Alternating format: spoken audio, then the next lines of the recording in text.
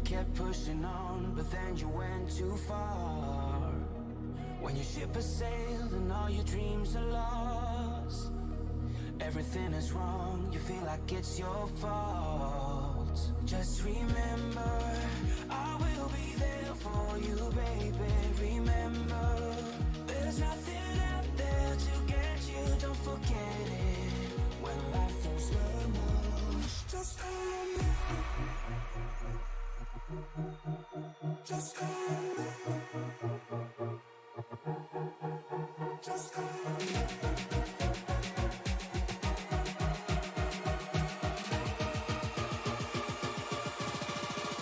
Just call me.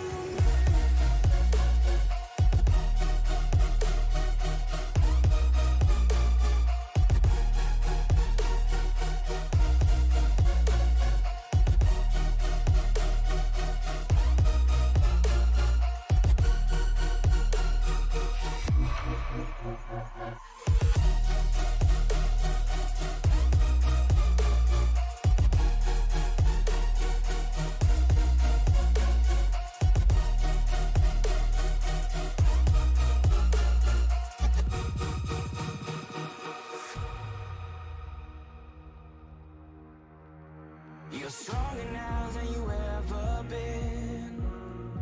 You gotta leave now, it's time to catch the wind. You will climb up high and look through the clouds.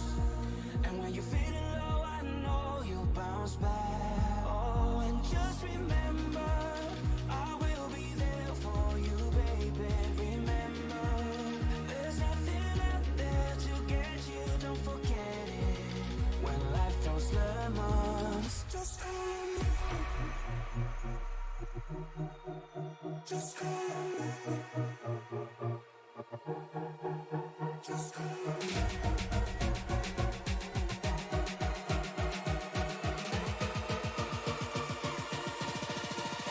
Just call me.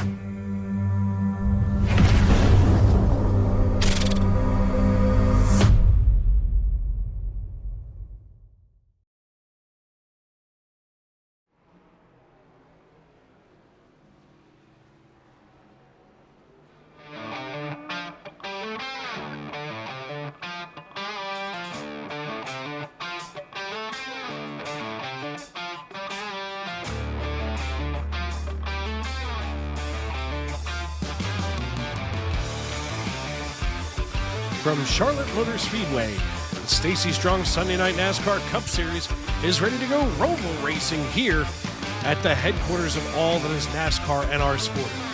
Good evening, everyone, and welcome to Charlotte Motor Speedway, where tonight, rather than the Quad Oval, we'll be going road racing on the Charlotte Oval. Of course, as we know, tonight is elimination night here in round 2 of the 2023 SNN Cup Series playoffs. Tonight, as we come in, Alex Murray has a pretty commanding lead with 48 points ahead of Jacob Schneider, but he is quickly closing in on Murray. I'm Dave Regal here in the broadcast booth, and I'll be joined shortly by my partner in crime tonight, Mr. Jonathan Leach, the chief cook and bottle washer of all that is SNN here on iRacing.com. And I want to thank everybody for making us a part of your evening. And just want to let everybody know here in the Stacy Strong Cup Series that qualifying has now completed as things are getting underway. The warm-up going on as sometimes we're just a little bit slower than we would like to. to be at least coming in here, as we're going to take some really cool shots here of the racetrack tonight. Of course, we'll always be able to see that man in the stand with the green flag in his hand. And I'll tell you what, here on SNN, we always get excited when it's road racing because it's something different. It's something that we don't generally get to do. And, of course, that's the same thing here in the SNN Cup Series. Now, I do apologize for not being available last Sunday night as I was on vacation, but I'm glad to be back in the seat once again, and want to welcome everybody back with us here for the road race at Charlotte Motor Speedway. Of course, last week, Brandon Edstrom brought home the checkered flag after 500 miles at Talladega Super Speedway and 188 laps. This week, we've got 109 laps here at Charlotte Motor Speedway, and it's an interesting course. So give me 1 second here, folks, as we'll get things underway.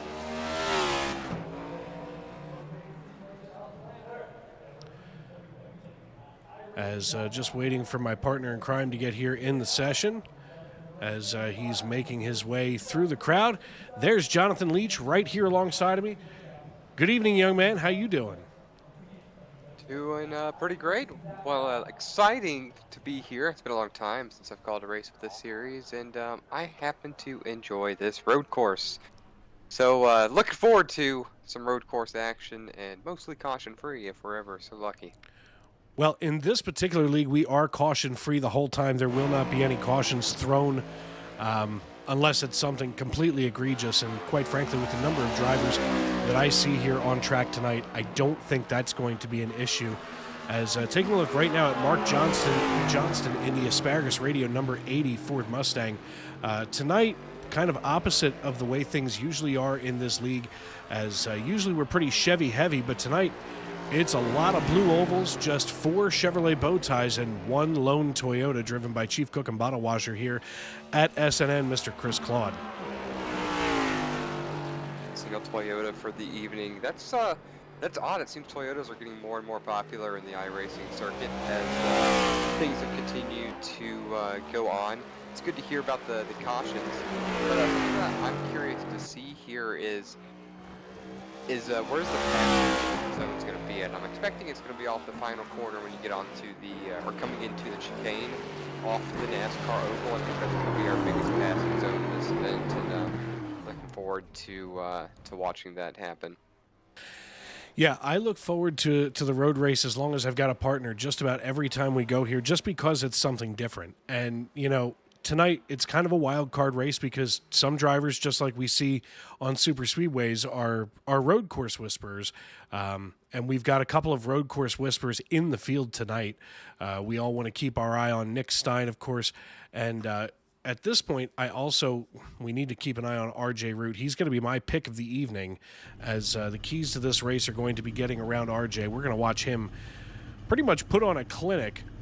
For all things considered, we're going to quick get that qualifying result here up on your screen. Alex Murray going to sit atop the pile. He earned the pole position tonight with fastest time. He's going to be followed just behind by RJ Root in the number 69 Ford Mustang, as there we go. Nick Stein going to be starting the inside of row number 3 with Sean Rogers on his outside. Tanner Marty and Brandon Edstrom make up row number 3, while row number 4 going to feature Ryan Samuelson and Nathaniel Spomer. Rafael Rodriguez and Jeremy Miller are going to be starting in 9th and 10th position, while McAdoo, Pennsylvania's very own John Wilco going to be starting on the inside of row number 6, while Mark Johnson going to be starting shotgun on the field. John, this is one of those nights where I kind of get a little goosebumpy because we're going to see something completely different. Well, yeah, road course racing is always going to be a little different, and when you consider iRacing, most of the NASCAR-style oval drivers aren't as great on road courses as they are on the ovals. It's a little bit outside of their comfort zone. You get a bunch of lefts and rights, and you get people trying to overdrive corners to make up ground, but you're actually losing ground. We saw that happen in the NASCAR race today, even with William Byron attempting to catch A.J. Allmendinger. He started trying to push the car harder and lost ground. And so it's going to be a fine line between how fast are you able to drive the car versus how much are you going to push it to attempt to drive faster. But, you know, as they say, slow is fast on road courses. We'll see that, certainly see that today. Absolutely. And of course, right here on your screen tonight, folks, 86 degrees if you're in the stands here at Charlotte Motor Speedway. The track temperature 101 degrees, so it's going to be pretty slick once they come out to the corners on 1 and 2, on NASCAR 1 and 2 and NASCAR 3 and 4 after that chicane. 109 total laps, the scheduled distance tonight, with stage breaks going to be at the conclusion of lap number 25 and the conclusion of lap number 50. So all in all, going to be a pretty interesting and very long race. These drivers are going to be tired by the time we get to the end of this piece. Yeah, you're gonna have some people with sore ankles.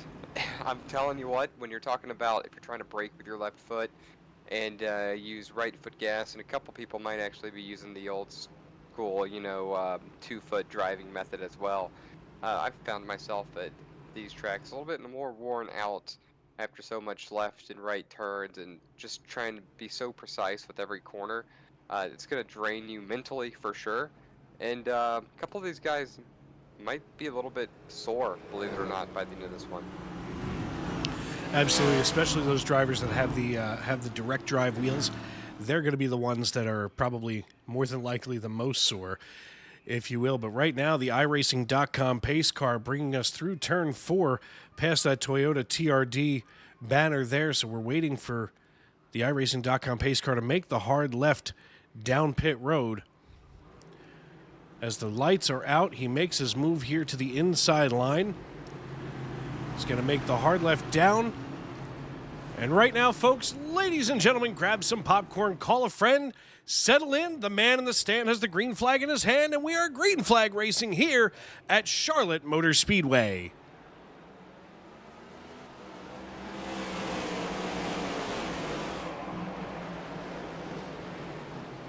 Alex Murray already out to a pretty decent jump over RJ Root, 4/10 of a second, John, as they get ready to go here under that Bank of America bridge. 4/10 of a second's pretty quick, and you just off the start of the race. Now, what you want to look for is people that haven't been driving much on the course are going to make mistakes early, and it's going to be drivers behind them capitalizing on those mistakes. You don't want to spin the car soon or quick because, as you said, no cautions. You're not really going to have an opportunity to make up ground. Absolutely. As we get that ticker going here on lap number 1, the cars making their way here onto NASCAR turns 1 and 2. We'll go up here to the blimp so you can get kind of a feel of where they are. As they come out of turn 2, these drivers are going to be hitting the backstretch and all of a sudden have to woe that car down to darn near stop as Alex Murray just bangs his way through the bus stop, where the chicane, as we've called it. Are you a chicane or bus stop? Like, are you a, I want to be fancy and say chicane, or are you one of these backwards guys like me, bus stop?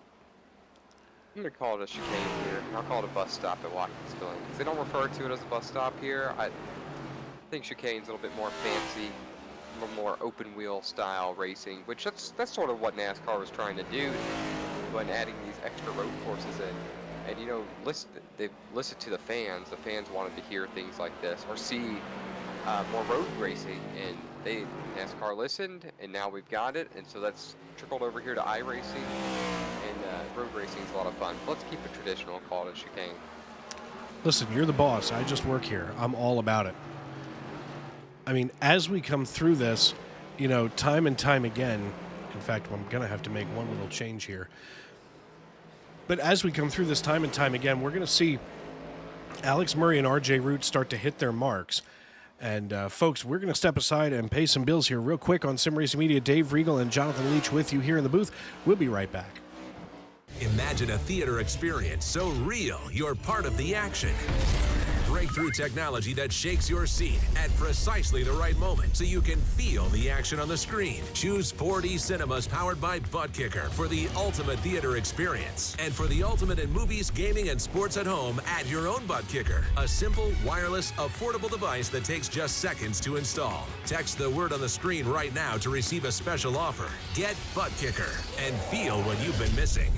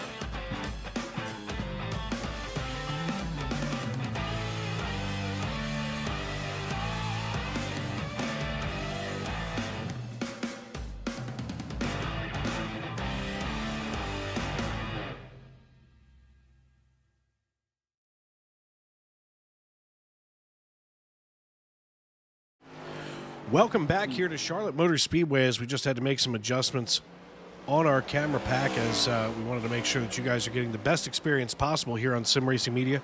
Dave Regal and Jonathan Leach with you here in the broadcast booth tonight. John, you and I don't get to work together very often. I think we've only done this together a couple of times. Yeah, only a handful of times, but I mean, that's what's going to happen when we're both spread on two different shows at different times of the week as well. But it's always a pleasure to work with you, as great as you are. I'll never be able to fill the shoes of Tony, or even Matt Metler for that matter, but I'm here to do my best. We're at a pretty fancy, fun road course, as we've already got two drivers really stepping away from the rest of the field. Yeah, as we take a look at them right now, RJ Root is 0.4 of a second ahead of Alex Murray. Okay, that's fine. That's not a big deal. Then you look at the gap between Alex Murray and Brandon Edstrom, who won last week at Talladega. Edstrom is now behind him by 13 seconds even. 13 seconds, and we're talking lap, 6. We're on lap 6. Yeah, lap 6 here. 13 seconds. 13 seconds, and the lap times are 1 minute and 19 seconds a lap. So it's starting to look like the entire field is at risk of going down. We've watched that a lot here in this league. I don't know how much you get a chance to peek in here on the SRM Cup Series, but there are some really great dominant drivers. Oh, there's our new graphic there in the lower left-hand corner. We've got some really great dominant road course drivers in this league, and we've already seen it where there are less than 5 cars on the lead lap by the end. Wow. But, that has to do with, again, oval racers, road course driving. And as great as iRacing is, I think there is a bit of a struggle really understanding the level of grip that your machine has, because it's in a virtual scenario instead of you actually feeling the tires on the pavement, which probably makes things quite a bit more difficult for drivers trying to race the sim. I know that I struggle a lot on road courses without putting hundreds and hundreds of laps down to really get a feel for the track. Oh, absolutely. And believe you me, I went back during my driving days, more than once, all of a sudden, when it was road course night, I suddenly had to be elsewhere, as I am a fair to Midland oval driver and a pathetic road course driver. But these guys here in the SRM Cup Series just make it look that good. I mean, road racing is fun. It's entertaining. Once you can start putting a few laps around, driving the track is a challenge in itself, which just becomes entertaining. You're not as much driving the other drivers, racing against the other racers, as you're also playing the track. Just like golf, you're competing against each other, but you're also playing the course. Actually, that's a really good way of putting it, and as much as you and I know enjoy hitting the links, that's definitely something that I've never really considered before. And tonight we're actually going to switch over from our normal timing and scoring across the top. We are going to go right here to our timing tower on the left, because it's going to be a little bit easier to try to track these folks down, as there are so many gaps. We've already got 2 drivers out of the race, and that's Jeremy Miller and Nick Stein, both deciding to put it on the hauler early. It's a long race. I'm wondering what prompted those drivers to do that, or if they were just in the mindset, I can't get too far on this track. I'm going to struggle. I'm going to start, pick up the points that I can get, because a lot of other drivers will show up, and then I'm going to call it a night and go watch football. Absolutely, and speaking of which, we're just about 45 minutes away from kickoff of a team that you and I both are kind of anxious to see do well this season. And, folks, of course, as you know, baseball is my primary love on this planet when it comes to sports. And right now, those Philadelphia Phillies just made a couple of clowns out of the Atlanta Braves last night in Atlanta. I'm not really a baseball fan, but I think it's funny that you seem to like the Phillies and dislike the Eagles. Everybody points that out to me, and the Eagles are the only team in this town that I would not jump in front of a bus for. Me neither. It looks like Ryan Samuelson may have stepped out of line here. Let's take a run back here and see the replay. As we have him here in the number 81. Hey, look at that. Hoka Shoes Ford Mustang. I was just thinking about that. How about that? No one knows. Inside joke, people. Yeah, we aren't going to pull the curtain back on that one. But it looks like Samuelson coming down. Oh, he locks him up coming into the first turn. And that's going to give him a blister right on his instep. Did you really just say that? I did. That's funny. Hoka shoes, great for runners, not for John. Yeah. Just saying. It's going to be a good night, buddy. They're comfortable to walk around in, but right around that 3-4 mile mark, not so much. But I got myself into some Saucony's. Yep. I can't believe I said that. Saucony shoes, really, really good. In fact, now I need to see if there's a scheme for Saucony shoes. I'm sure there's got to be somebody. It's definitely not in my... What's that? Go ahead. I said we never finished our thought on the sports. Oh, but anyway. Two teams were watching. One's had the other's number the last 3 contests in a row now.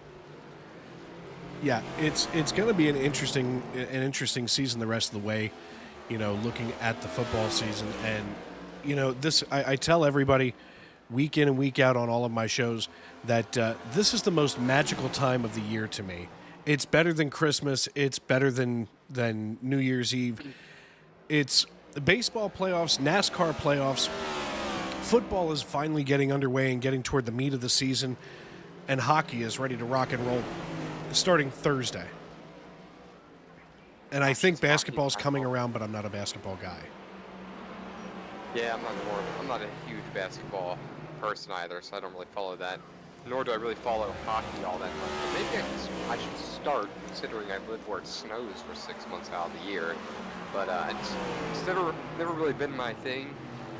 Entertaining to go to, but I just always find myself lost in the contest. You can get that experience when you're live and in person, as we have had a lead change here. RJ Root climbing past Alex Murray, as now RJ in the No Kid Hungry Ford Mustang clawed his way past Alex Murray as they come down the front chute through the chicane and bouncing over top of those turtles. Not to change the subject too hard, but did you see what NASCAR did with the turtles in real life this week? I did not. Did they eliminate them? No, but let's just say your Braden and my David would love them. They're Ninja Turtles. Really? Yes. They painted the end of each of the turtles with a different Ninja Turtle. That's awesome. Right? I wish I would have seen that, but I didn't catch that today. I saw the race, but I didn't see that part. I saw it on NASCAR.com earlier I think it was Thursday or Wednesday I saw it. Notice how much they cut the corner right there, coming onto the NASCAR oval. We'll have to watch that again as they come back around. That's violent. In real life, on track earlier today, it didn't seem like those drivers cut the corner like that. They drove all the way out close to the wall, even though it was much further way around because there was more grip, is how they were explaining it on air. So when they come around again, I want to see that. I'm not sure quite what turn that was, or what the turn number for that would have been. But we'll see that again here as we're getting ready to make the left turn into the infield. I'm starting to see that now as they just came through the front stretch chicane, and they're going to get ready to go into the Roval out front, under the Bank of America Bridge right here. It's going to be pretty graceful coming through here. And, this is kind of that point in the racetrack where you are able to take a little bit of a break and take a breather. But then all of a sudden it goes right back to violence before we go back on to NASCAR 1 and 2. And I think that's where you're going to see what you're talking about, John, as they come. It's coming up right here. Here it is. Watch this bounce, folks. Look how much they cut the corner right there. And what the drivers were doing today on track, they weren't cutting the corner that same way. They were driving it out to the wall. And I guess there was more grip to be seen by doing that.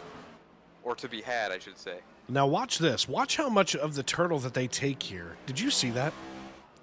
Watch the bounce coming out of... Oh, we're not going to see it there. We're going to have to look. We're going to have to go back and look at it again. As it looks like, speaking of which, we don't want to miss this. So it looks like Mark Johnston may have gotten it all wrong as he was coming out here onto 1 and 2. He takes the high line. Johnston in the asparagus radio, number 80 Ford Mustang, coming down the backstretch. And this is kind of a scary part for everybody to come through this track, as we're going to get a good look here, and he just totally misses the chicane. And now he's got to bring it to a stop. I don't know what he thinks he's doing. Obviously, he was just waiting for the GPS to recalculate. No, so you get a penalty if you don't bring it to a stop. I don't know if I don't know if the league plays by those rules, but if you cut it and you don't come to a complete stop, you get black flagged by NASCAR. They do follow that rule, but it's a slowdown. Because I do know Brad Keselowski today served a penalty for not doing that and ruined his race. Probably kicked him out of the championship hunt, honestly. I'm just surprised how these guys are cutting these turns as close as they are and bouncing over the turtles. I mean, if you have a direct drive, you're going to rip your arms right out of the sockets. I can't imagine that's extremely comfortable, but it could just be fun. They're having fun. I really do need to get a direct drive set up at some point, just so I can log laps and get a feel for how things feel. That way that I can bring that to the booth and can talk about it. Golly, that was a lot of bounce right there. Told you. That was both wheels off, both right side wheels off the track. We're going to ride along here with Nathaniel Spooner as he goes through the back chicane. One big bounce. Look at that. From the gyro cam, the whole car moves. Wow. Yeah, that's a lot really of energy transfer. I really enjoy that part on this track. I've got a lot of laps logged here. Probably can't get around it at the speeds these guys are doing right now because it's been a long, long time. But my favorite set of corners is that chicane right there on the oval section right here. It's the area where I'm able to carry the most speed, and it's where I feel the most confident. For some reason, I'm always very superb there, and I'm good at braking late and getting the car down to speed to make that corner very fast. Yeah, I have to agree. I definitely don't dislike that. I think my least favorite part on this track is coming out of the front roval and onto NASCAR 1 and 2. Yeah, in the Gen 6 car, there's a lot of tendency to spin right there when you get back on the throttle. I'm not so sure how the next gen car behaves right there. I could actually tell you the next gen car for me is harder on this inside area because you're in second or third gear right here, and you want to be high in the RPMs making this right-hander that we're seeing the 69 and the 22 do right here.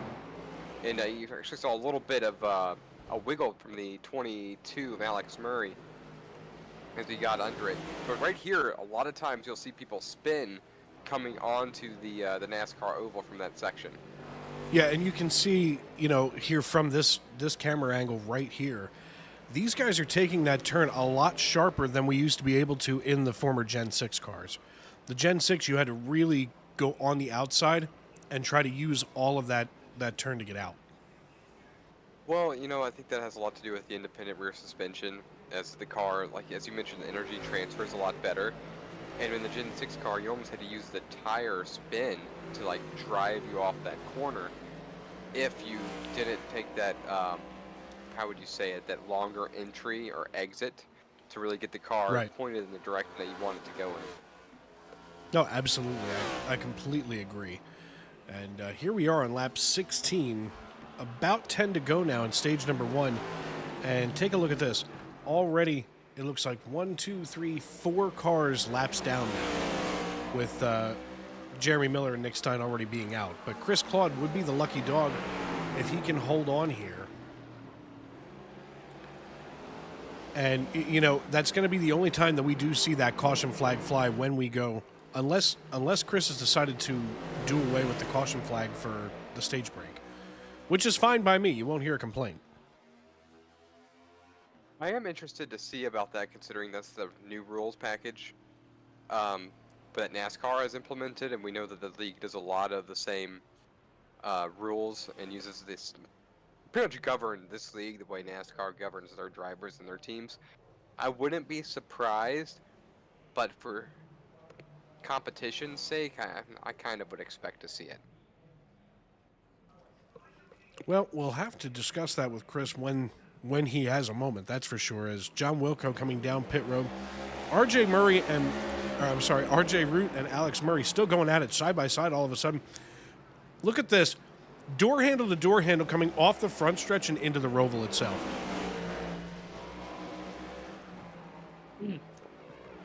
I really hope these guys can keep this up for the next 90 laps, because this is actually providing some pretty great entertainment, as everybody else is spread out other than Brandon Edstrom and Sean Rogers. They're within a second of each other, but the battle is right here. These two drivers for the lead, side by side once again, and it feels like they know we're talking about them, and so they're just trying to put on the best kind of show they can. Well, and a good show they are putting on. In fact, let's look at the battle box between these two. I mean, 0.3 of a second. Let's see if we can get a good time delta here. As we can see, they're basically matching one another step for step, and maybe every few laps it appears here on the chart that they want to get closer together, and maybe, hey, listen, I got a little bored here, let's play around a little bit. It really feels like that, John. I mean, it's a long race, and these two guys are obviously comfortable on track. And staying close together at the same time is probably entertaining for them as well. Holy cow, that's a big jump. What I like to see, there's trouble. Both of them in the wall right there. Which, that's something you saw in earlier today. Drivers getting into the wall right there at the start-finish line. That's because they come out of that front chicane so wild and wonderful that sometimes it's hard to woe that car up and get it stabilized again. As we see, speaking of woeing it up, Alex Murray starting to sniff the left rear, thinking maybe he could put some pressure on Root from that side. As, one of the other things, not only is it a different discipline for the drivers, but it's also a different discipline and terminology for us. As I'm sitting here thinking, high side, low side, no, that's left. That's left here. Do us a favor for the people that are watching and listening, and those that will be coming back. Can you try to explain this battle box a little bit more? Because some people might struggle to understand how we read it. Okay, so you can see the yellow bars here on the left-hand side. What that's doing right now is it's looking currently at lap 16. That's the top number here. You can see how close they're going to run on each lap, what that gap is, by how big the yellow bar is. So in the event, here we go. Wow, what in the world just went on there? Oh, there it is.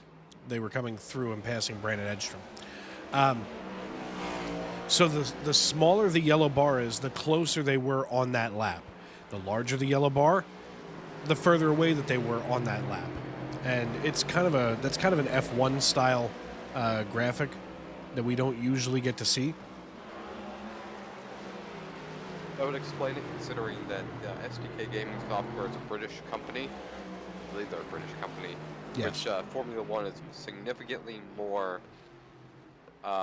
renowned in Europe as opposed to here in America. We don't watch it very much, but in Europe, Formula One is it.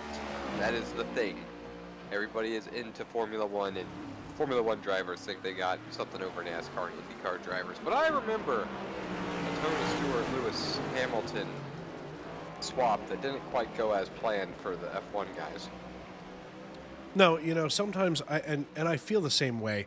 A lot of times you cross paths with guys that do a lot more open wheel racing on road courses or street courses, Grand Prix, and there is sort of a nose in the air attitude of, whoa, coming out of there with the rear end stepping out is Alex Murray. As he holds it together, that opens the door now for RJ to come in and get closer. But some of the guys that run those open wheels, they do seem to think that perhaps their fecal matter does not have the same odor that ours do. Well, I remember, I was trying to think of who it was. It was a Formula One driver there. Asked if they would come over and do Indy car here in the Americas. And they said, why would I do that? That's a step below. And I'm like, okay, all right, pal. I disagree, but I don't remember who it was. I wish I did remember who it was, but I couldn't tell you.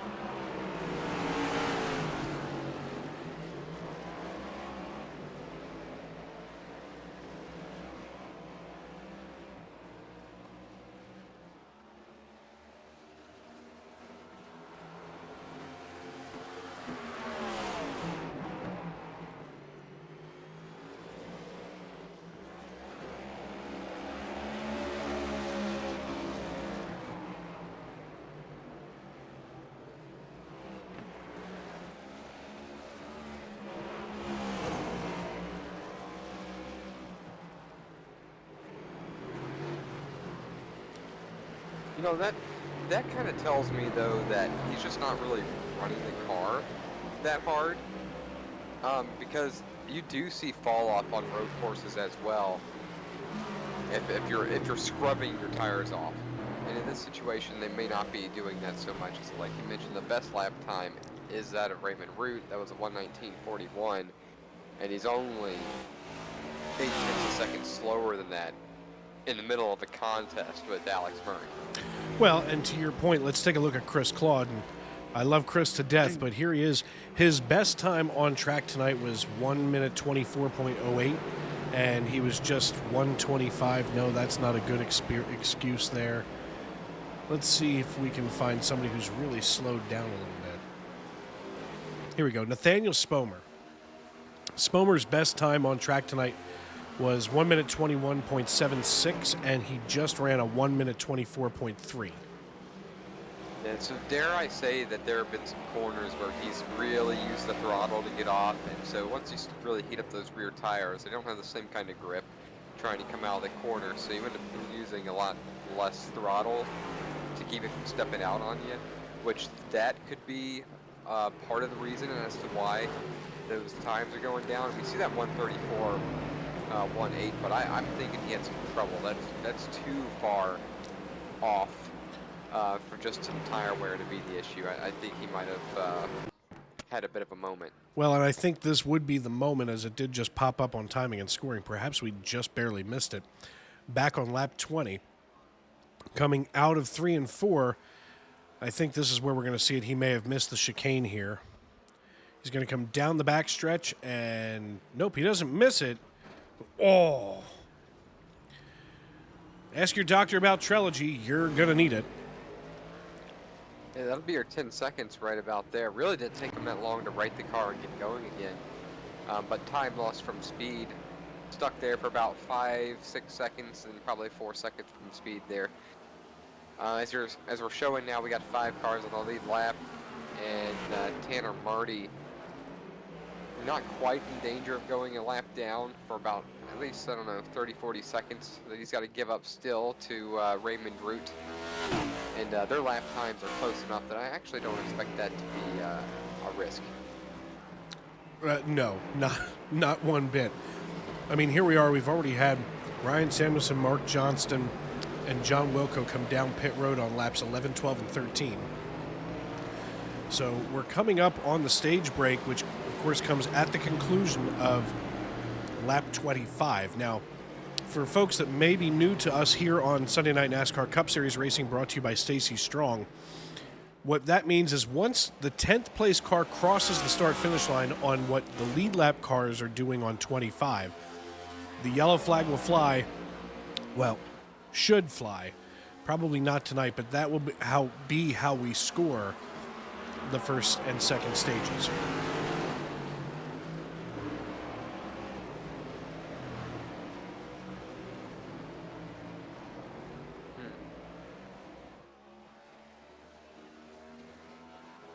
some history here for this Roval race.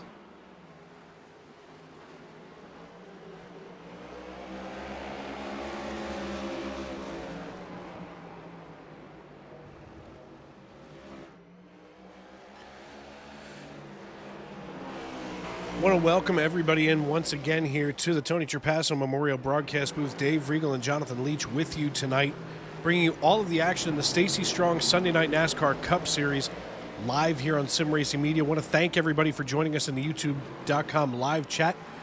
Amanda Price cheering on Sean Rogers in the number 44 as Rogers currently running in 4th position. Let's take a peek over there at Sean here in that pink number 44. As he is in beast mode, if you will. And Deb Harris, who is a longtime viewer here and partaker in the YouTube.com live chat. Glad to see you tonight, Deb. Thank you for making us a part of your evening, as always. Always a joy to see, a lot of the same faces, a lot of the same names every week. It's something that, John, as of course, the boss man here at SNN, you get to see it sometimes, but we get to see it all the time on track, where it's just really cool to be able to build that relationship with our viewers week in and week out. Well, that's the whole point. That's what we're trying to build here, and have people that want to come in are looking forward to watching their friends, family, or themselves race in these events, and we're here to just kind of bring that fun that they're having more forthright so that they can review it again, see it later, and just really enjoy themselves. And the whole point of what we're trying to do is to create some entertainment from sim racing and show that it's more than just a video game, because it is. It's competitive. These guys get in here and they practice just like if you were practicing for a real race, or if you were practicing to go play football or baseball. This is an affordable way to kind of work on that racing itch that so many of us have, and broadcasting this is a good way to really make things feel more complete and whole, and bring that to viewers, fans, friends, and family. And something that I do like is I am very familiar with the Deb person, as I've heard Tony mention Deb numerous times whenever I was tuning in. Yeah, absolutely. And one thing that we also do, and that iRacing, I think, that is underrated that's underrated outside of this world that we live virtually in, is also the community that's built out of this. Many of us, as we are under caution, that will conclude stage number 1. RJ Root going to be the winner of stage 1. I'll finish that thought later. As Alex Murray going to be second, Brandon Edstrom, Sean Rogers, Tanner Marty, Nathaniel Spomer, Rafael Rodriguez, Chris Claude, Ryan Samuelson, and Mark Johnston all going to be bringing home some bonus points here at the conclusion of stage number 1. We're going to get a chance to talk to RJ Root as he woes the car back down. If we can get a hold of him, there he is. He's up here in field filler this evening. Hey, RJ, it's Dave. You got me? Yeah, I got you guys. Hey, man, listen, great first stage between you and Alex. I mean, you guys looked like you were having a blast out there. Yeah, we were really having fun there. I just told him that was an amazing battle for the stage there. But it's just so much fun to have somebody around the same speed as you. I mean, I feel like Alex is a little bit faster than me, but it's still fun to race around him. Well, I mean, I've told the joke 150 times. The only time that you and I were near each other on the racetrack is if you were passing me or if I was getting the hell out of your way. I want to know how it could feel as you go over top of those turtles, especially as hard as you're taking them. I have a lot of force feedback in my wheel, and having a direct drive makes it even worse. But most of the turtles are fine. It's really just when it starts bouncing, it gets a little rough. Actually, that's exactly what John and I were discussing up here. Somebody with a direct drive wheel, what it must feel like. I know that I've driven with a direct drive wheel exactly twice, and I was pretty sure my arms were going to get ripped off. Yeah, I've had my direct drive for about a year now, and it is a complete game changer. but having that much torque, that much feeling, after a while, your arms kind of do go numb, but you just gotta fight through it. All right, man. Well, listen, congratulations on the Stage 1 win. And listen, I'm sure we're going to be talking at some point later on tonight. Yeah, hopefully it can be a win, but I definitely feel like Alex is quite a bit faster than me. We just kept making mistakes and getting back to each other, but I mean, Alex gave me the lead at the start of the race and wanted to have a little bit of fun with it, and I definitely feel like he's faster. I made a change to the car and not exactly sure what it's going to do in the long run. All right, man. Well, good luck the rest of the way, bro. Thank you. That, of course, the great RJ Root driver, the number 69 Ford Mustang. And, John, you heard it. I mean, obviously, direct drive is the way to go. The way to go if you're willing to pay to play. It's expensive. We're talking Fairly accurate. I don't know what, $1,100 to $1,200 for a good direct drive setup. I think I've heard that. That's about average.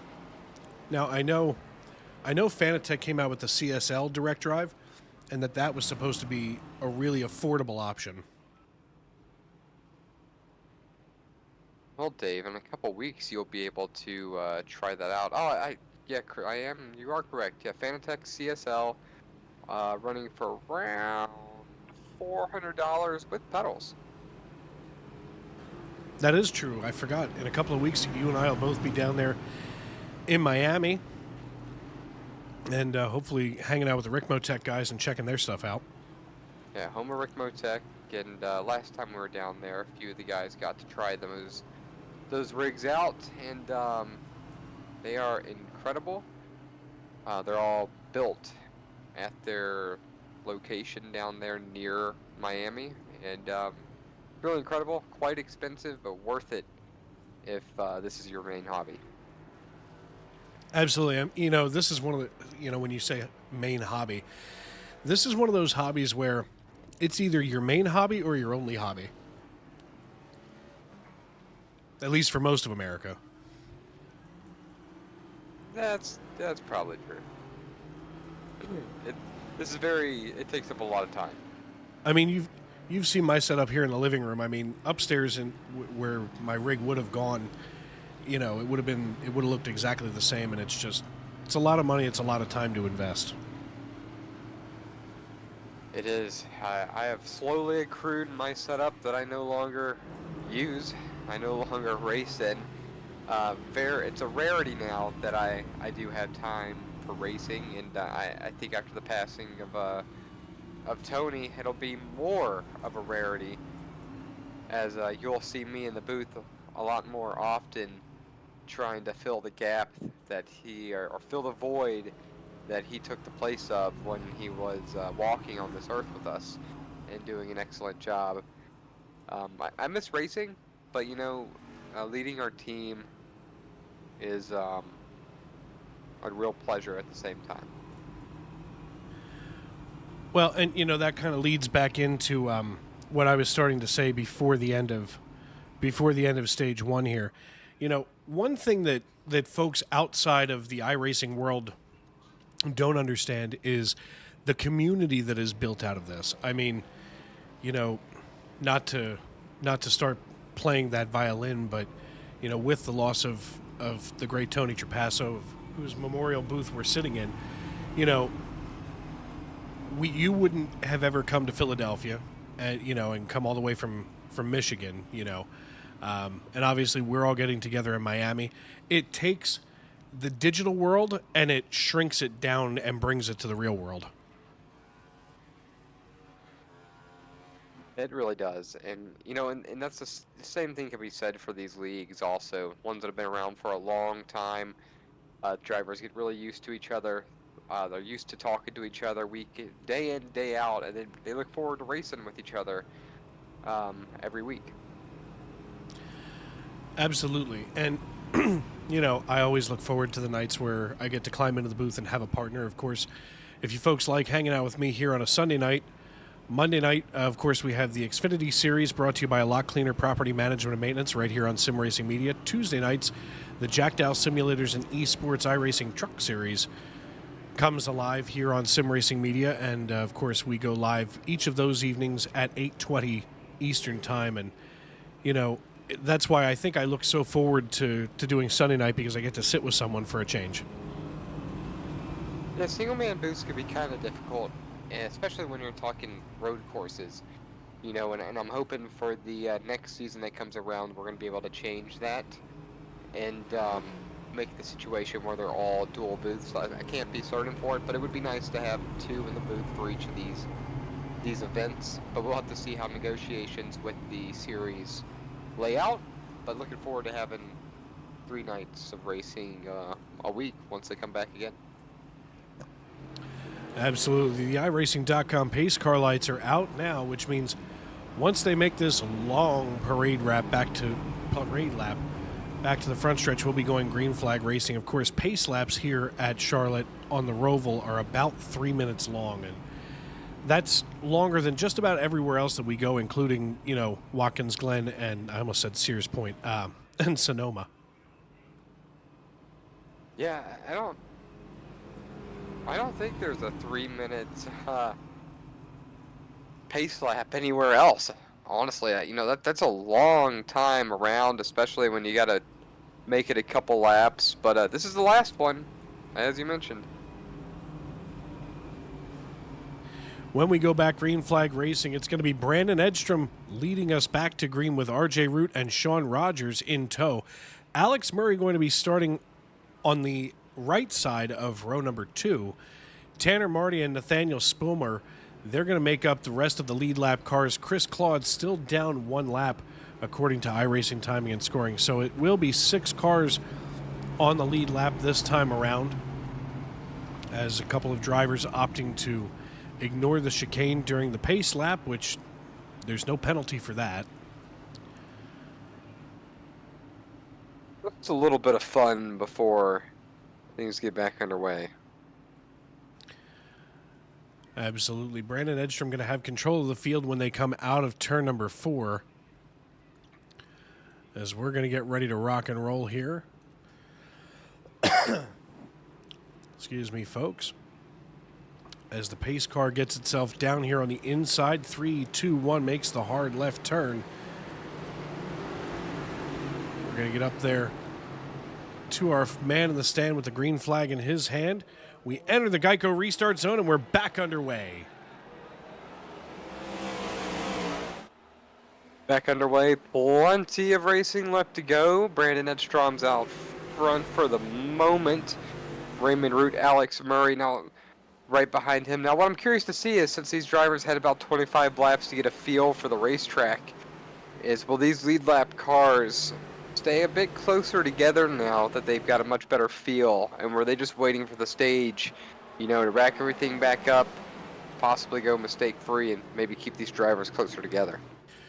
Well, and I see a lot of brake smoke coming through turn 6 back there as we get ready to go here through the Roval exit, as guys still on those cold tires trying to figure out a little bit better here with what to do with these cars as they come into NASCAR 1 and 2. Brandon Edstrom's got one heck of a lead all of a sudden over RJ Root and Alex Murray, about 0.7 of a second, which is just the side of the largest that we've seen all night long for those two drivers. As right now, it's hard for some of them to get underway, so to speak, because they're really trying hard not to wreck one another as they go through.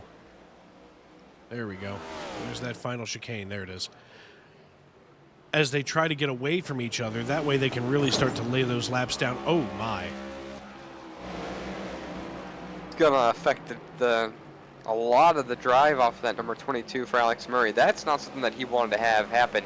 That was a really large hit. I also wanted to mention that Edstrom was managing to get away from these two guys because Murray and Root were not giving themselves any room. They're side by side every corner. And now you got RJ Root in second, Alex Murray in fourth. Murray with potentially severe damage on the right side of that machine. And, you know, the car itself doesn't seem to look like that, but definitely that car is not driving the way it used to after that big hit. No, let's see if we can even get here onto Alex Murray's right front. Maybe we can take a look here, as we've got a little bit of a drone cam going. We do see some scuffage here on that right rear,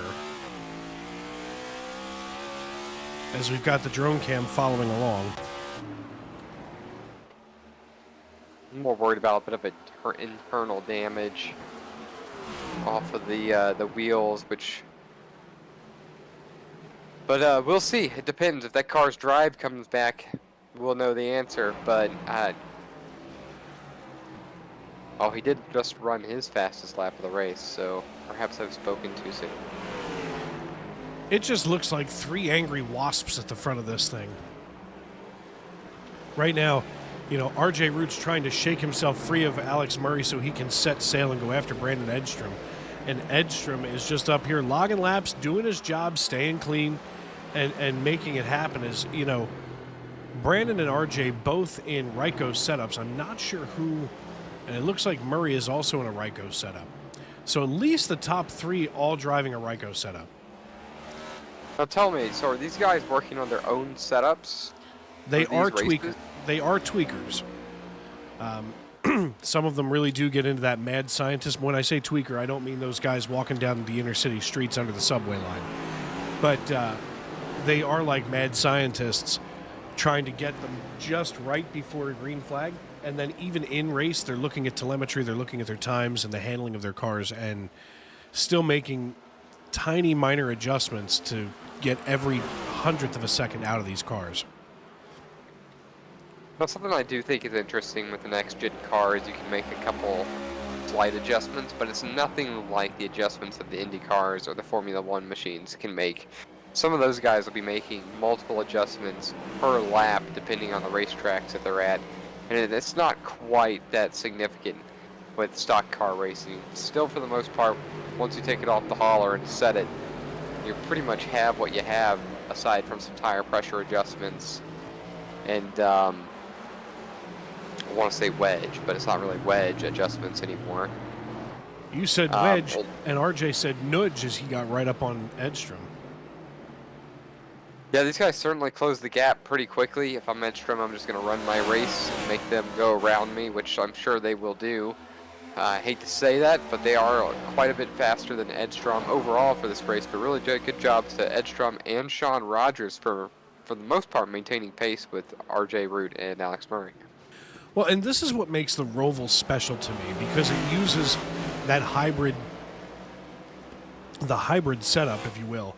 You know, you can get out there and be a defensive driver like we see, you know, on a traditional oval or an intermediate track, where you can go out there and block a little bit and make the driver behind you check up, which slows him down. You know, unlike being on a traditional road course where you really don't have that many places where you can throw a block or hold somebody off. But right now, Edstrom has used the entire track to hold RJ and Alex back.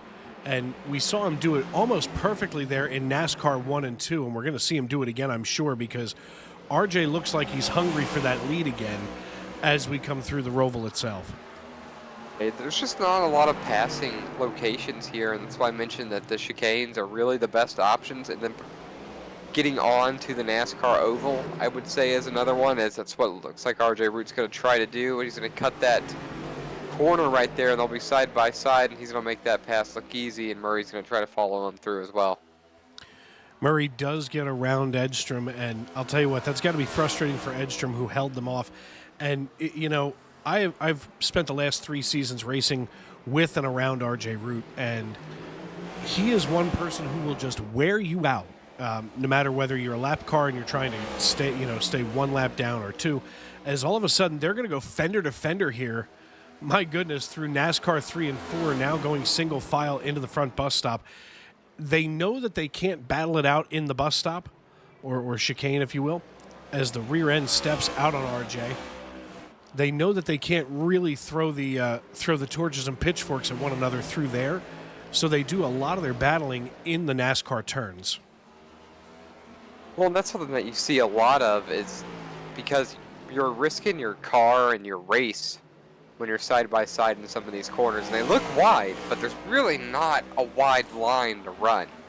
And when you get side by side, you significantly slow yourself down in this infield area, as opposed to being on the NASCAR oval, as you mentioned. Absolutely. Checking in the real world. So if you're not trying to hear the score of the Cowboys-Niners game out there in Santa Clara, California, right now the score is, well, none, with about 13:45 left in the first quarter. San Francisco has possession of the ball, and looks like this would be the first offensive possession for San Francisco. So, you know, it all comes down to Sunday night. I know that my fantasy league does tonight. And, folks, this is, like I said, the most exciting sports time of the year.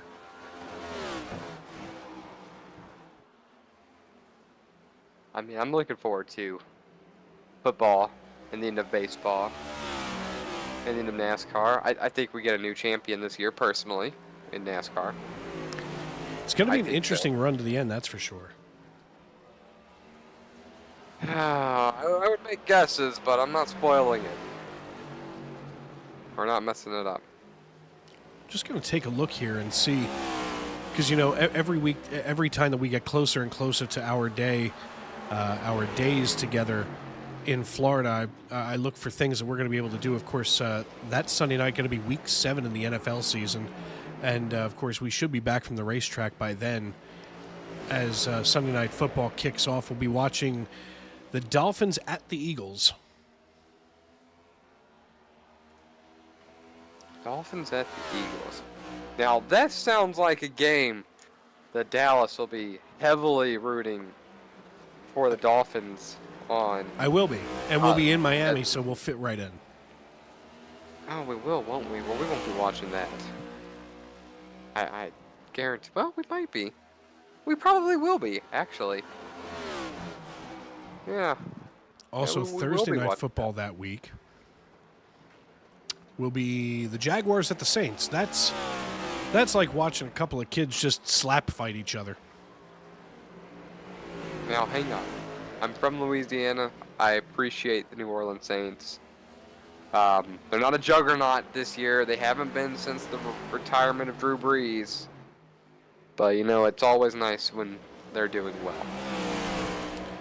There are a couple of teams in professional sports that when they do well, the leagues do well. And the Saints definitely brought some much-needed eyeballs to the league back in 2004.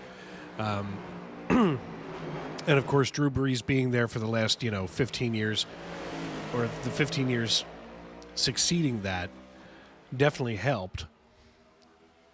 As we're working lap 37 of 109 here at Charlotte Motor Speedway, we're going to step aside and pay some bills here on Sim Racing Media, take a breather, and we're going to go NASCAR nonstop here on our broadcast. I'm Dave Riegel. He's Jonathan Leach here in the Tony Trapasso Memorial Broadcast booth. Thanks for making us a part of your evening, and we'll be right back.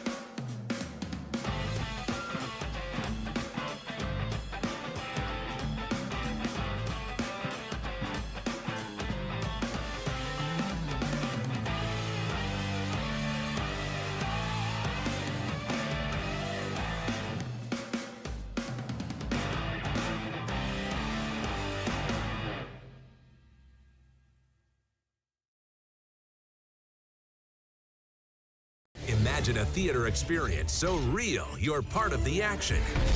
Breakthrough technology that shakes your seat at precisely the right moment so you can feel the action on the screen. Choose 4D cinemas powered by Butt Kicker for the ultimate theater experience. And for the ultimate in movies, gaming, and sports at home, add your own Butt Kicker. A simple, wireless, affordable device that takes just seconds to install. Text the word on the screen right now to receive a special offer. Get Butt Kicker and feel what you've been missing.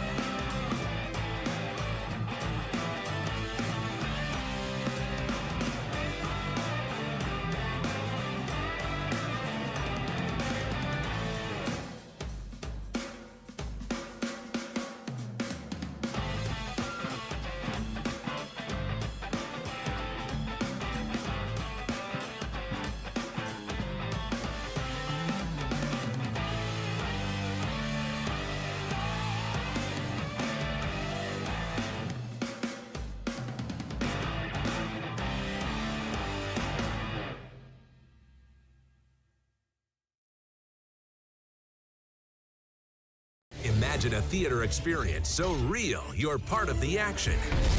Breakthrough technology that shakes your seat at precisely the right moment so you can feel the action on the screen. Choose 4D cinemas powered by Butt Kicker for the ultimate theater experience. And for the ultimate in movies, gaming, and sports at home, add your own Butt Kicker. A simple, wireless, affordable device that takes just seconds to install. Text the word on the screen right now to receive a special offer. Get Butt Kicker and feel what you've been missing.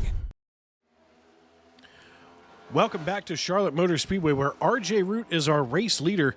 He is followed by Alex Murray, Brandon Edstrom, Sean Rogers, and Tanner Marty. Just 5 cars here on the lead lap. Dave Regal and Jonathan Leach here in the broadcast booth with you this evening for the Stacey Strong Sunday Night NASCAR Cup Series. Live here on Sim Racing Media, YouTube.com. Glad to have everybody with us in our YouTube.com live chat. As SCL Racing Network checking in, glad to have you folks with us. Welcome in. Deb Harris also checking in with us, as we're always glad to have Deb.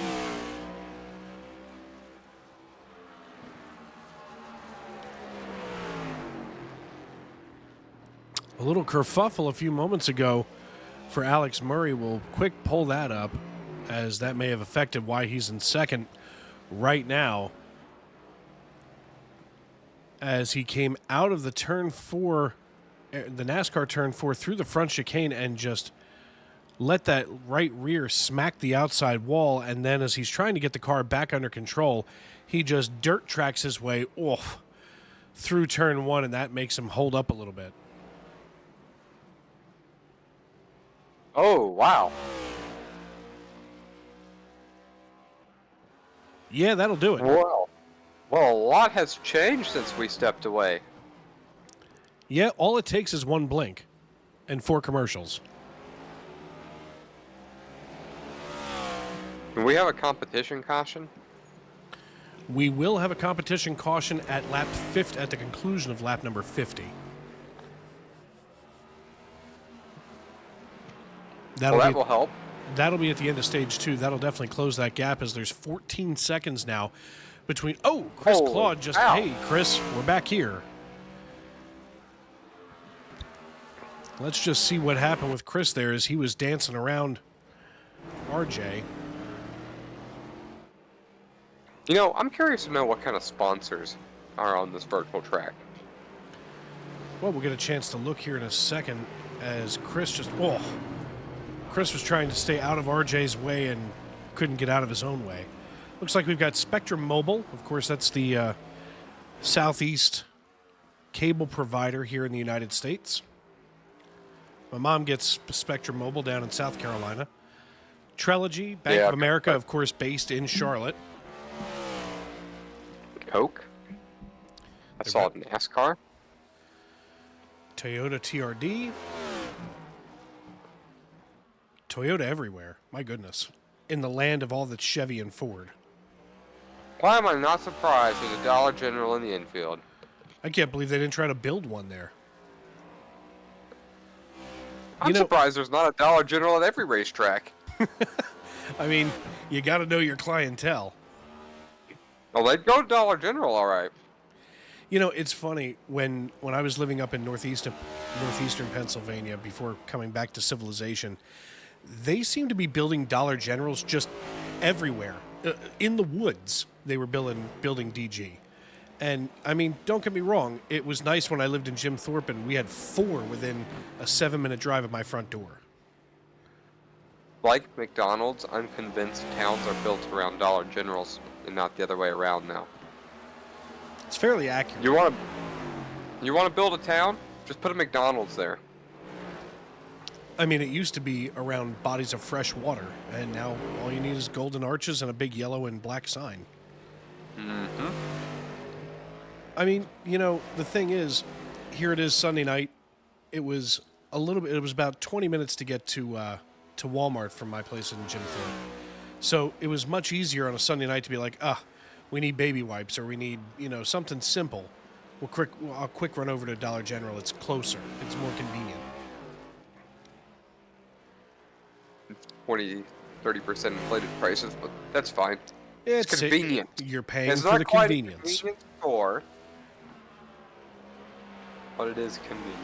I'm fortunate. I live 5 minutes away from 2 very large shopping centers, but that's what happens when you live in a town of 6,000. Right. No, I get that. I totally get that. I mean, you've seen the area down here. You can't swing a dead cat without being somewhere for shopping. No, and I want to go to a Wawa. I missed that coffee already. Well, we can hit one in Miami. I don't know if there is one in Miami. Let me check here on the back computer.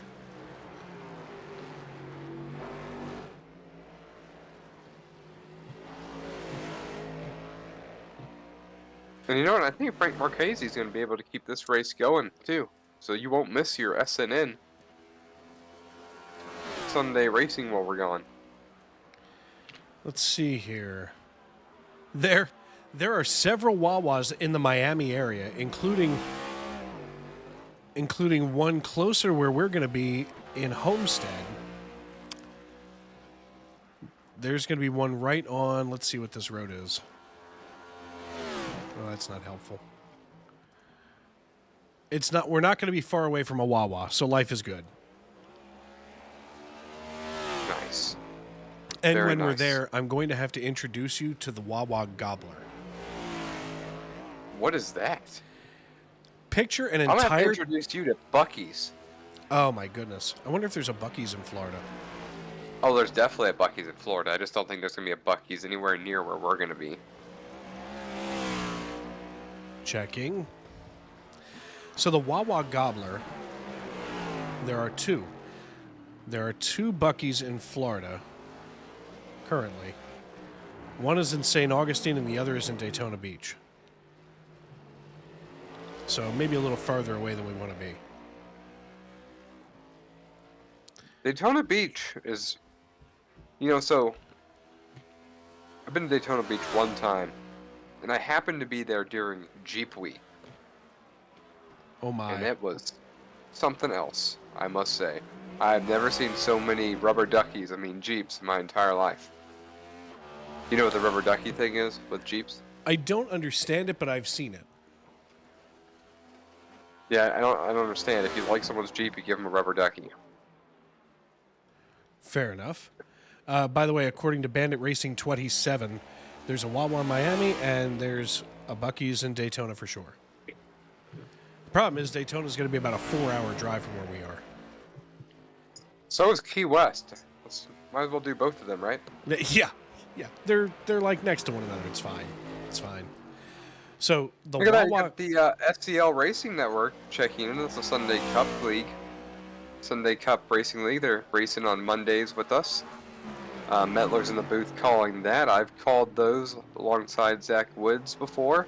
And I believe they'll be starting Tuesday, Wednesday races with us here very soon as well.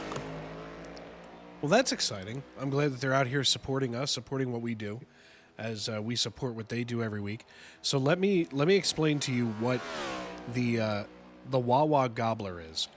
Picture a turkey dinner, okay? Turkey, cranberry sauce, and stuffing, but in a hoagie. With cheese, if you'd like. And I'm only doing that on Thanksgiving. oh, no. And it comes with gravy. And it is, for me, heaven. Like, it's the only hoagie that I'm going to eat between now and the end of the Christmas season. Very nice. You know, Let's usually I'm an Italian or a ham and cheese hoagie kind of guy. And folks, for those of you that don't know what a hoagie is, you're obviously not from southeastern Pennsylvania. A hoagie is what they call a submarine in New York, or a hero, or, you know, a sandwich. I don't know what they call it elsewhere. But a hoagie is just the way that it is. It's just what we call it. Tony would have been able to give me the background on why it's called a hoagie. It doesn't mean it would have been right. Well, he could have come up with something good and sold it. Yes, that he could do. 49 laps in the books now as RJ Root coming down the backstretch and into the chicane once again, as he's got now an 8.2 second lead over Alex Murray.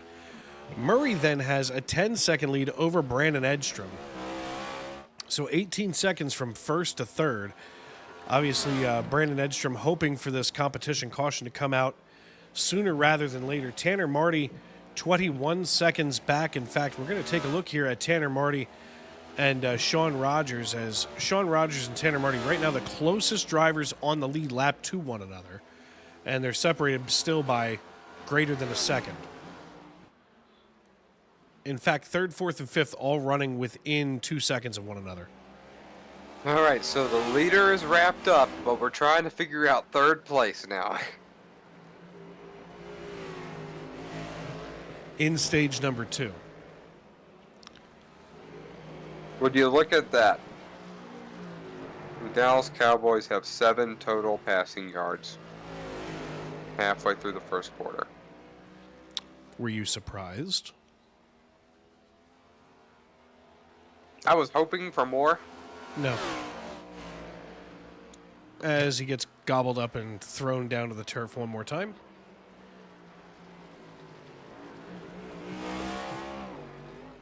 As if on cue, I just got a text saying that the officiating is terrible from another Dallas Cowboys fan. That doesn't make it hurt any less. No, but so I'm in a predicament here because if we're going to talk about fantasy football, and we have time to, with 59 laps remaining at this road course, with the second flag out. In fact, let's take a quick peek at how we finish up here before we Go on with that. RJ Root brings home the green and white checkered flag yet again.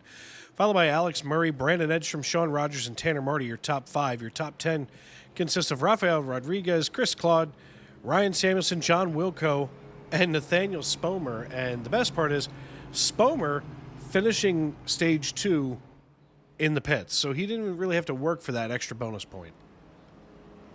Well, that's convenient. Now, going into next week, are we expecting to have significantly more drivers and we got a lower number because it's a road course? Or is this the typical towards the end of the season? Oh, no. Things Next going week we down? should have somewhere in and around 25 to 30 to start. I would say Wow. somewhere around 25. Everybody just wants to watch the football game. That's what it is. That's what it is. It's not that it's a road course and they didn't want to drive it.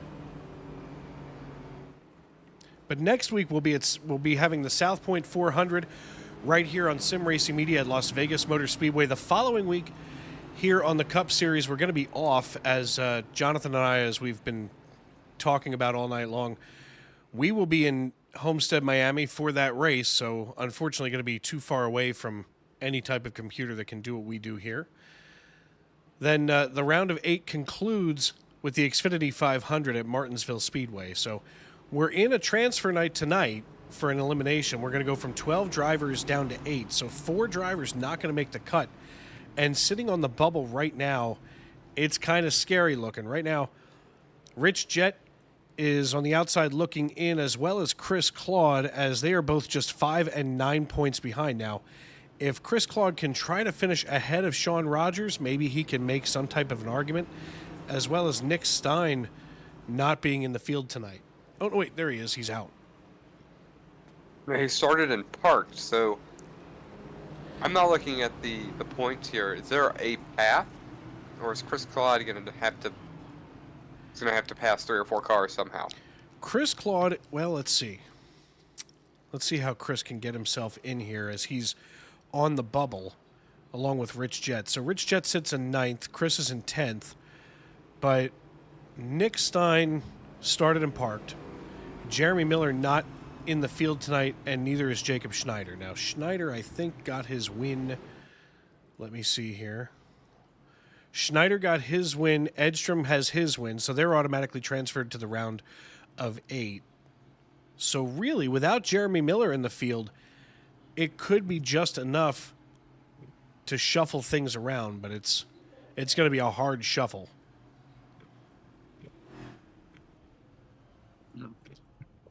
Everyone down pit road, just about.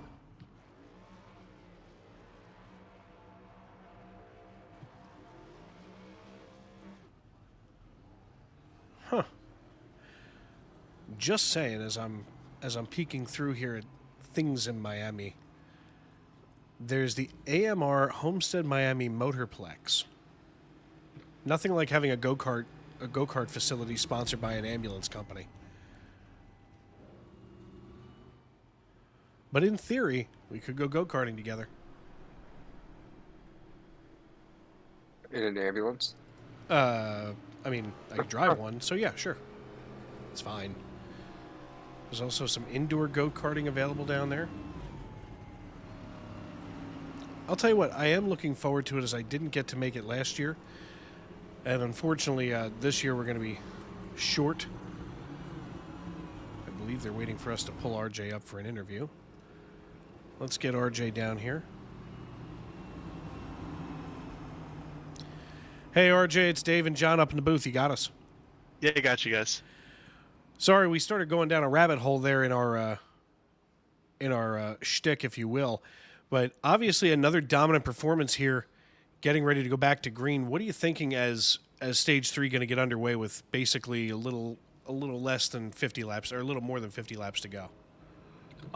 Well, I feel like I'm gonna kind of stretch the fuel as far as I can, and try to put a little bit of a gap on the field. It's nice not having to be behind Brandon. I was trying to, make a clean pass on him, and it's so hard to pass. And finally, when I got by him, Alex came right with me, and so just really hoping I can get out and get away for a little bit.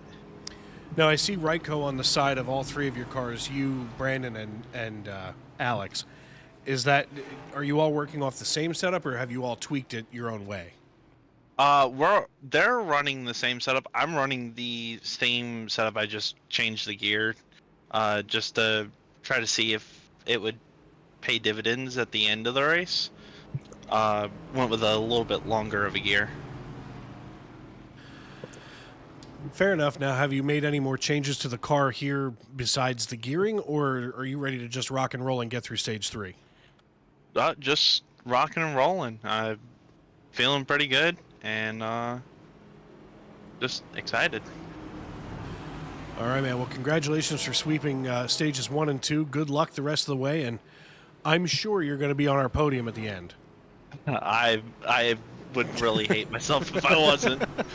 That would be just an absolute kick right to the jewels.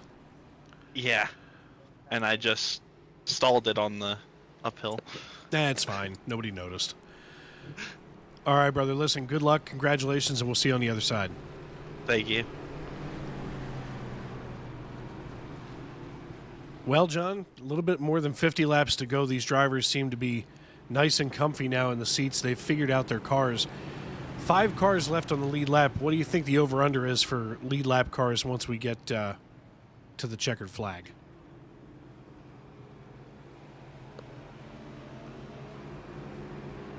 But I think all 5 are staying on the lead lap. Well, that's what I think. I mean, it's usually a pretty interesting night here, you know, in the SNN Cup Series. And like I had mentioned a moment ago, you know, going to Las Vegas next week, we're going to be having a bigger field. You know, Vegas is one of those fun places to race in the first place. You know, plus Martinsville coming up, getting back to the paperclip. And, of course, Championship 4 going to be at Phoenix once again. And I'll tell you what, no matter where some of these drivers finish... Oh, crap. Hold on 1 second. As we get a little bit of... There we go. See, folks, that's what you guys can't hear.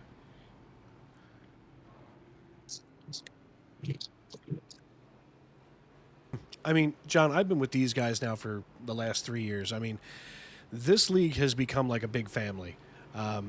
I know that he doesn't run actively anymore, but John Bawalda actually was with me on my first trip to a real racetrack down at Dover last season. And it's really, and of course, Bob Nestor was who dragged me into this kicking and screaming.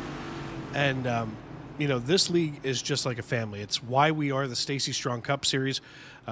Stacy, of course, the late wife of Brian Tarnowski, who is not in the field tonight. We race in memory of her every week, and it's just what a cool group of guys with just, you know, 9 cars left getting ready to go back green flag racing, and everybody's still out here to dig.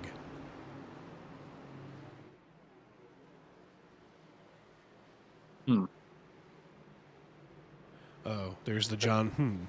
As we get back underway, RJ Root getting a jump over top of Brandon Edstrom, hauling it down here into turn number 1. This is going to be quite a first lap as everybody's going to be feeling one another Holy out. cow, look back there. There's trouble. I didn't see where that was, but there's a whole lot of smoke back there. Looks like Tanner Marty and Sean Rogers may have gotten themselves tangled up here. We'll take a run back at the replay.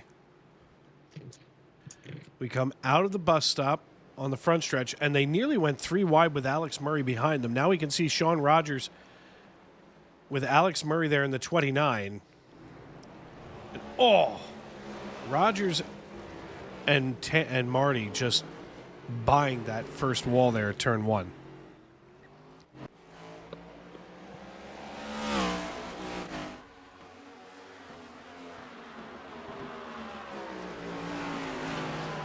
We're going to take one more look here from Tanner Marty's perspective in the cockpit of his car.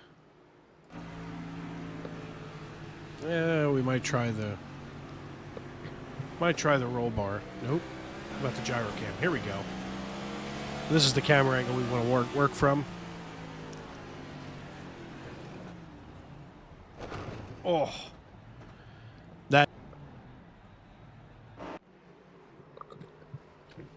And, oh, RJ Root, just as we go back live, slides sideways. Oh, my. Let me quick run this back, too, because that was a Code Brown moment for our race leader who's been so dominant all night long, RJ Root.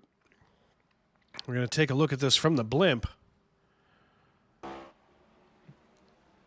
As RJ comes down into turn 1, hops that curb, and on cold tires just nudges the wall. He's immediately passed by Murray and Edstrom, and now he's got to work to drag himself back up there. You know, that could have been our race right there. It really could have been. Those three cars would have collided. That would have been it. I mean, it would have been an interesting finish to see who was going to come out.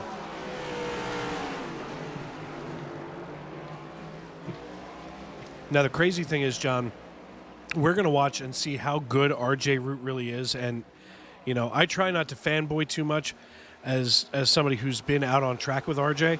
But this is about to be a thing of beauty as we're going to watch him pick off Brandon Edstrom at least and then put Alex Murray in the crosshairs.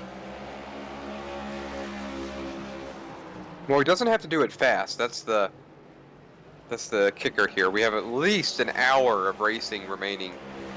And really a bunch of laps here, 53 more laps. So an hour of racing, 53 more laps. Plenty of time, not that far behind. No, he's about to wear Edstrom out. Edstrom's eventually going to be like, you know what? Let me just get out of your way. That's what's going to happen. Is they do go side by side, getting ready to exit out of the roval itself.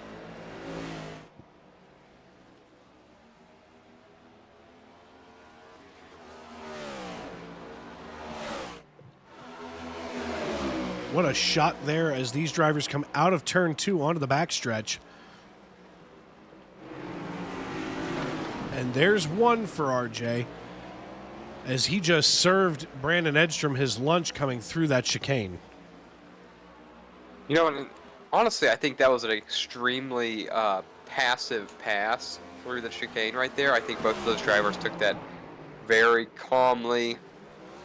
Neither's really in a huge rush. Wow, look at that car really get contorted and bent out of shape. Kudos to iRacing and the design of how these cars react to their suspension. You could really see the different portions of the car, lower, higher, and move around. That was a really neat shot.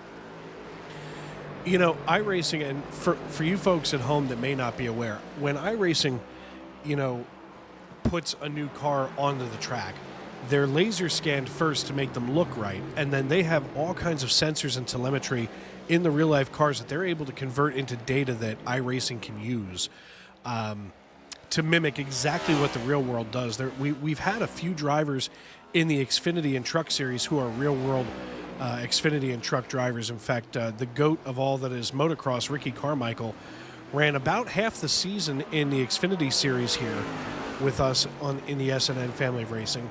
And then, of course, in the Truck Series and the Xfinity Series, 2014 Daytona 500 winner, I just drew a blank. Oh, my goodness. Trevor Bain. 2014. 2014. 2011. Whatever. Either way, Trevor Bain, he was here, and I got a chance to talk with him. And, you know, the real-life drivers do use iRacing as, wow, did you just see that? I'm going to run this back. We have to look at that one more time here as we're going to go back to the live feed, but we're going to slow this down quite a bit. Watch how RJ's car reacts going into NASCAR 1. He's going to come in here. He is basically on 2 wheels. And sliding. Yeah. A lot. You see that forward momentum, take that car sideways. Yeah, we're going to watch this again. Because my goodness, and I hate to do this with the camera just hovering, but you folks will just have to forgive me. I'm only one person. We're going to do this real slow from right behind him. And he is on 2 wheels right here. A little bit of spark coming out from that skin plate underneath. But that was impressive, John. That's called driving the car to its limits, literally. They say if you're not on the edge... Oh boy! Easy there, big fella. It's not celebration time just yet.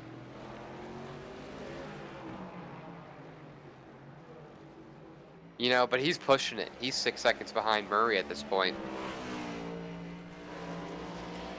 Well, and we're going to watch that gap slowly but surely close, as now he's starting to make the close on it now, under 6 seconds. You know, that's something that I think it's interesting to watch on a road course because of the distance that gets between these cars, to watch that distance shrink and shrink and shrink. Yeah, we'll keep an eye on it. We got plenty of laps remaining for him to do so. We want to run through the rest of the field. I know that we've been focused on those top three, but Sean Rogers here in the 44, he started where he is right now in 4th position. A lot of these drivers really not traveling too far, as of course now that darn... let's see if we can get that out of there. Kalamazoo. There we go. Sean Rogers here from Kalamazoo. Yep, running in 4th position. Of course, Amanda Price cheering him on in the YouTube.com live chat. There's a lot of activity there in the YouTube live chat we got to get to. But moving the rest of the way through the field, he's in 4th. Tanner Marty out of Duvall, Washington, running in 5th position right now. 6th right is from Curitiba is Rafael Rodriguez. He's reasonably new here to the Cup Series. And then, of course, Fairview, Tennessee's very own Chris Claude running in 7th position, down 2 laps. McAdoo, Pennsylvania's very own John Wilco running in 8th position. Ryan Samuelson off track, and that's just about it. 8 cars left running right now. And I'll tell you what, these drivers aren't going to be giving up, as, you know, even being down 4 laps. Wilco's out here just to get them done. Well, yeah, I mean, at this point, you're logging laps, and you can go back to it. This is fun. This is entertaining, as I don't think that was supposed to happen. But that's the way he drove. But again, you're racing the track, and you're racing the other cars. And in this case, everybody's racing the track now, because you're seconds and seconds and seconds apart, or away from each other. So everyone's racing the track, and it's how much faster can I get? Can I make 5 or 10 laps without making a mistake? Can I improve? What can I carry with me for the next road course that I'm going to race at? And so these drivers are having more fun than we are. And gosh, what happened right here? There's just got really slow right there for a moment. Well, every now and then maybe they just needed to take a quick stretch. And speaking of which, we'll take a look here while they get themselves sorted back out, as Murray still leading RJ Root by about 5.6 seconds as we're watching that gap close up. Bandit Racing must be siding with me here on the Wawa Gobbler, as apparently it's a meal like nothing else, and I do agree. He hates that he wasn't able to participate in tonight's race. Deb Harris is cheering on the 74, Brandon Edstrom. Rebecca Fost deciding that she loves tuning in to hear Dave's smooth and sweet voice, as, well, you know. Then RJ is awesome. That's from Deb Harris. Bandit Racing. Code Brown. Love it. Deb Harris again. Oh, so Deb Harris is Brandon Edstrom's mother. Joe Pisciota cheering on PRE. And Bandit Racing 27 saying he's a former late model driver, and iRacing is as close to the real thing as you can get. So obviously he's siding with us on that one, John. You know, I really do think the late models are extremely close on iRacing. Granted, I have not sat in the seat of a late model, but I have heard a lot of people say the same thing, that the late models are as close as it gets, iRacing, to the real thing. And I thoroughly enjoy late models and super late models in iRacing whenever I get the opportunity. They're just so fun to drive. They really teach you to be comfortable in traffic. Those cars don't get away from each other the same way that the trucks and the Xfinity and the Cup cars do. When you're driving super late, you're always next to somebody. Absolutely. And speaking of next to somebody, Tanner Marty, running all alone, seems to have gotten himself into a little situation here, coming off of 3 and 4 through that front bus stop. And he bounces through there with a lot of momentum, and I'm guessing what we're going to see here is 3, 2, 1 going into turn 1. There it is. Boom. If he didn't have heartburn before, he sure does now. Hope he gets his Tums for that fast heartburn relief.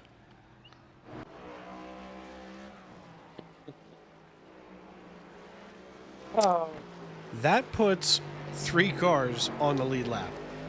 Sean Rogers now down a lap, as he just came in for pit service on 54.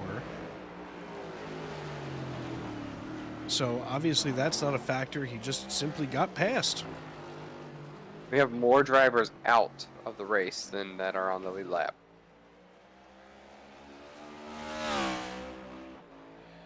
Tanner Marty bringing a pit side now. As obviously he's going to have some questions to answer there from the owner's box, that's for sure.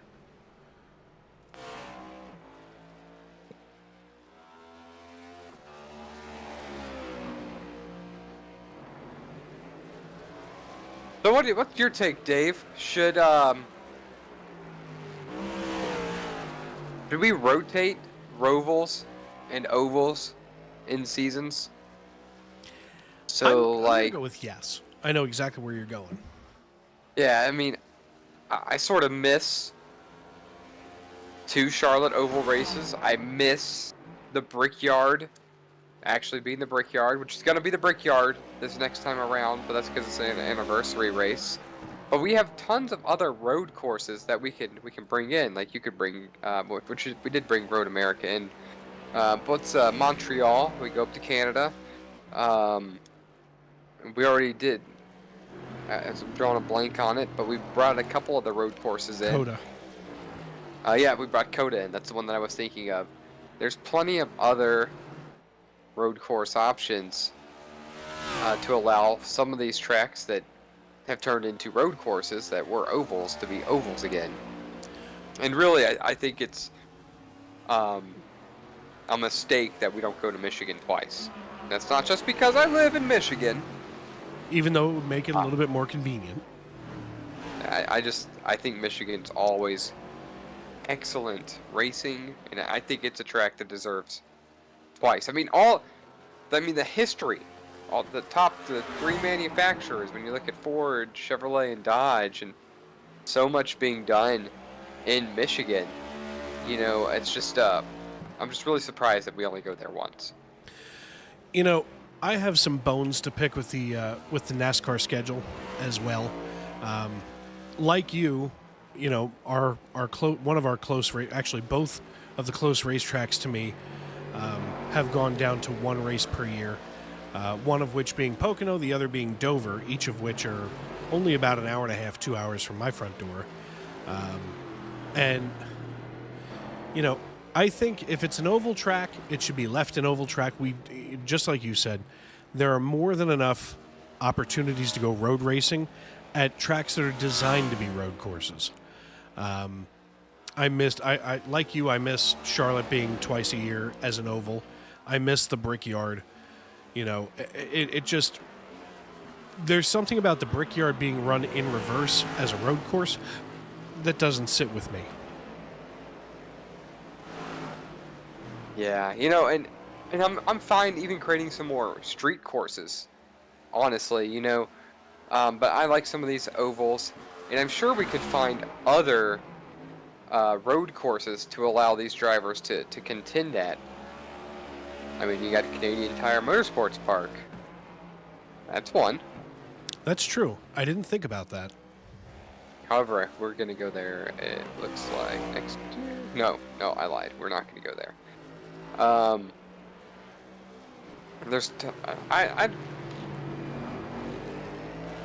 would like to see some more rotating on these tracks. Certain tracks that we don't go to. Like, we're going back to Iowa next year. That's true. That's cool. That is cool. And, you know, I mean, again, I'm extremely biased, but The scheduling problem that I used to see with Pocono back in the day was that we would have a June Pocono race and then a July Pocono race, and it just seemed like it was it was right there at that turning point of the season where Fox hands the microphone off to NBC, and it was like, let's get this one out of the way. You know, Dover used to have a spring and a fall race. Michigan used to have a spring and a fall, and those are tracks, at least Dover and Michigan, I feel like are two tracks that really got a raw deal.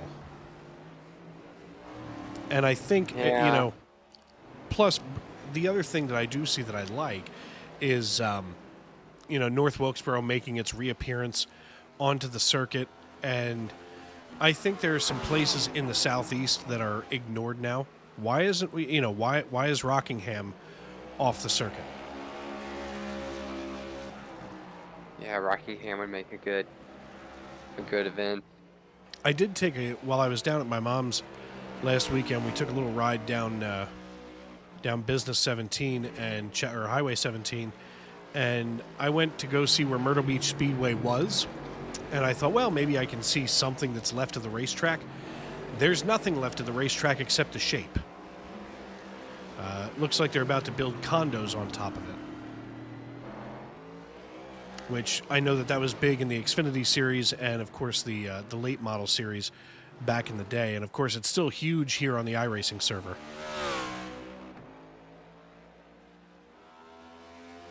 Yeah, I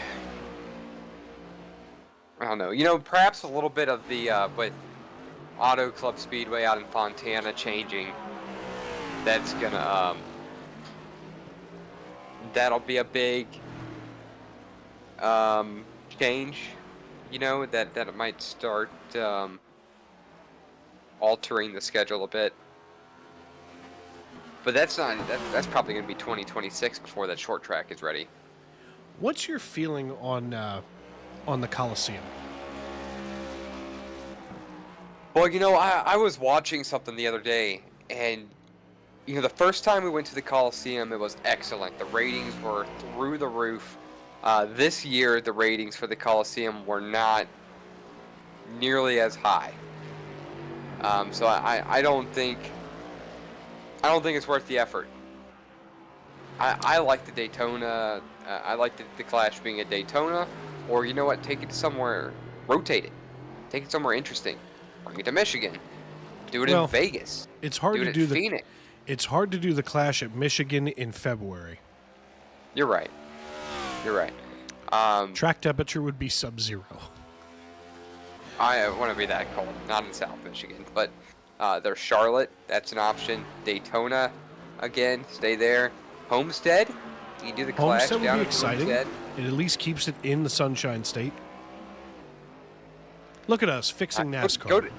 Go to Five Flags down in Pensacola. That'd be cool. Make it real interesting. I mean, you're not wrong in any of those, even if they wanted to do something, you know, on a short track in Florida. And there's plenty, you know. I feel like maybe we need to sit down with Mike Helton and fix NASCAR for him. Yeah, Five Flags can only has a capacity of 5,200. That's fine. We'll fill it.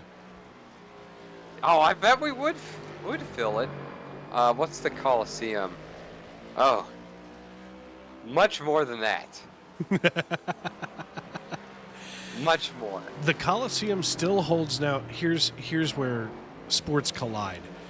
The Coliseum still holds the Major League Baseball attendance record for a World Series game, and I want to say 1960, and you can check me if I'm wrong, but they had more than 100,000 fans because of the way that when the Dodgers went to the World Series that year, the way that the Coliseum, so you have to understand that this was before Dodger Stadium was built in Chavez Ravine. This was before they had a dedicated baseball facility in Southern California.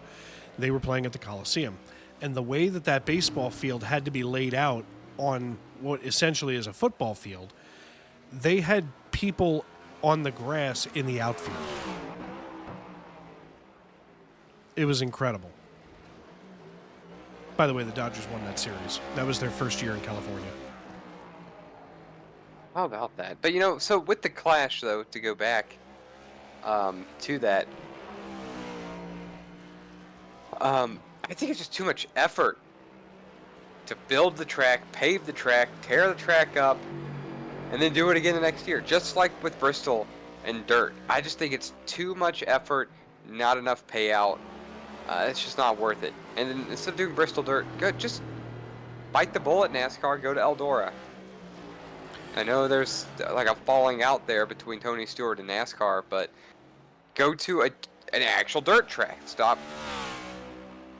Bristol, I just didn't think was good. I think that just from a business perspective, I don't know who's fronting the bill to do all this. That's just expensive. Yeah, I mean, here's the thing. In Pennsylvania, we have what seems to be a continual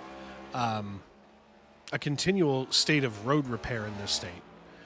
And to me, for as long as it takes them to make the asphalt for the Coliseum, we should send those people here and fix some roads.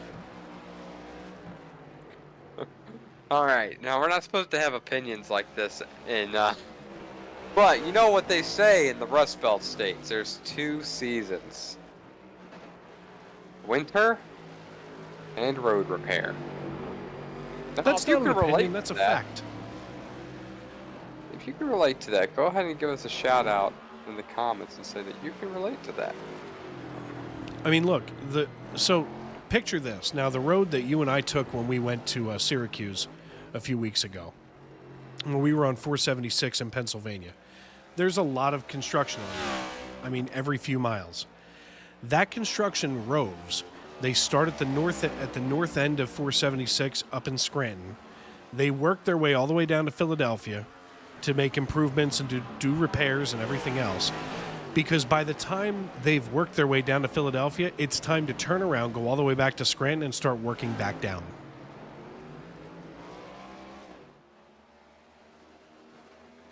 Wow. That's a literal fact.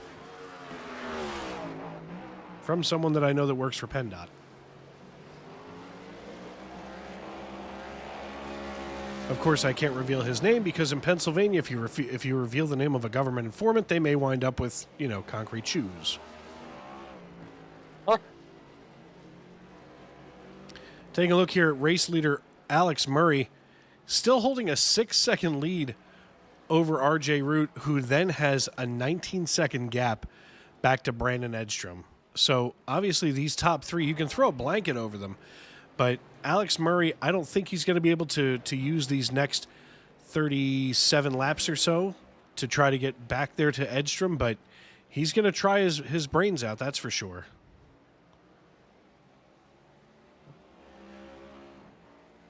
I'd like to see it happen. Yeah, might as well. We might as well get all the way down to 2. Root's not going to let it happen, but this turns into a challenge at this point. You want to see how far you can get. Well, and I've experienced that. Actually, we had a league here in the SRM library about a year ago that we wound up having 2 cars left on the lead lap, and the winner of the race was only about a half a second behind second place and could have wound up being the only driver on the lead lap at Checkers. Wow. Ah. It's a good league. Unfortunately, it fell apart. And we had to bite the bullet.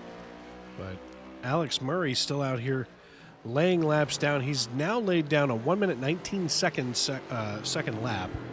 We're going to take a little bit of time here and pull up his time, or I'm sorry, not his time delta. There it is, lap times. And you can see he doesn't have that much fall off. He's only just started to crack into the 1 minute 19 second laps.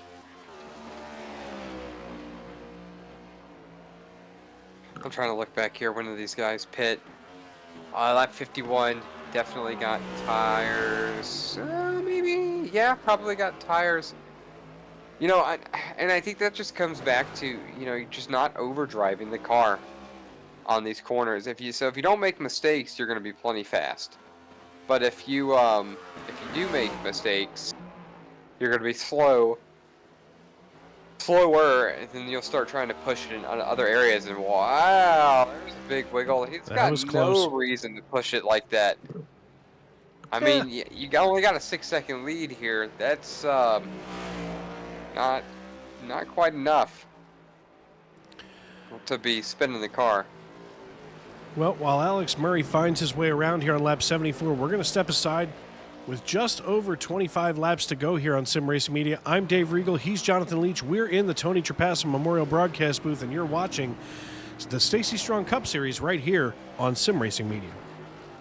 Imagine a theater experience so real you're part of the action. Breakthrough technology that shakes your seat at precisely the right moment so you can feel the action on the screen. Choose 4D Cinemas powered by Butt Kicker for the ultimate theater experience. And for the ultimate in movies, gaming, and sports at home, add your own Butt Kicker. A simple, wireless, affordable device that takes just seconds to install. Text the word on the screen right now to receive a special offer. Get Butt Kicker and feel what you've been missing.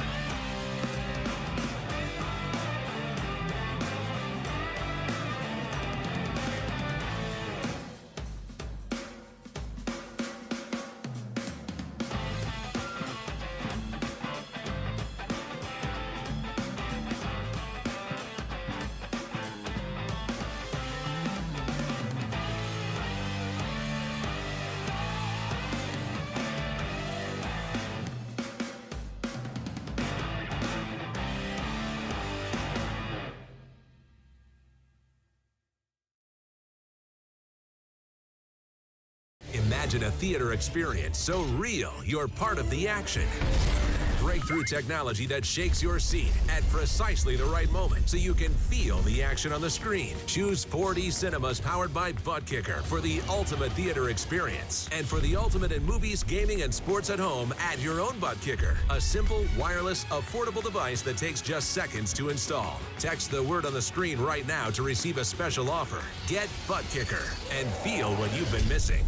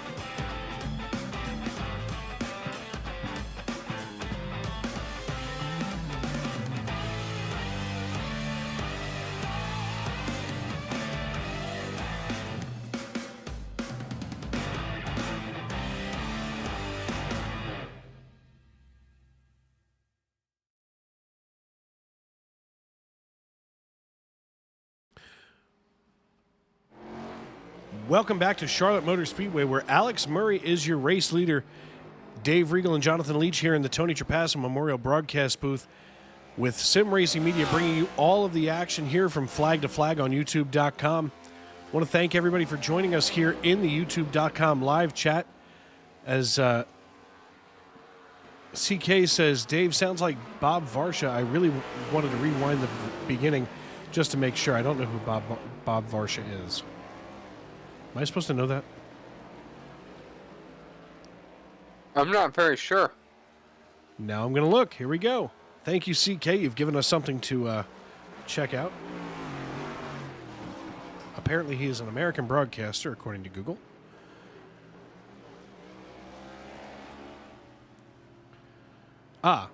He is a lap-by-lap commentator for Formula One and kart for ESPN, ABC, and Speed. Art.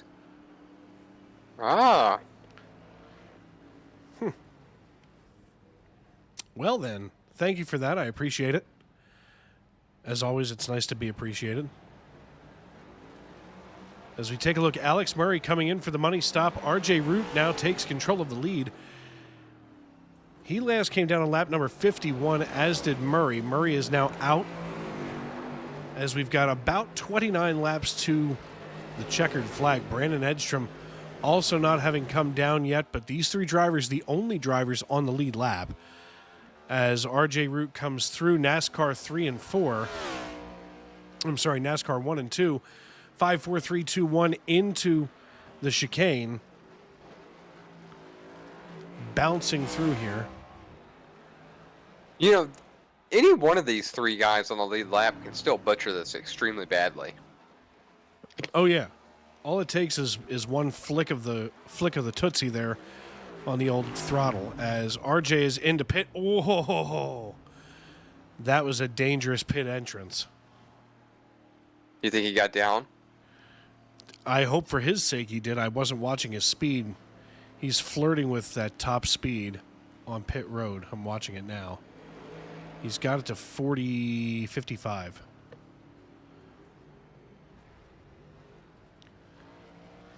So we'll see if he got a penalty out of that one.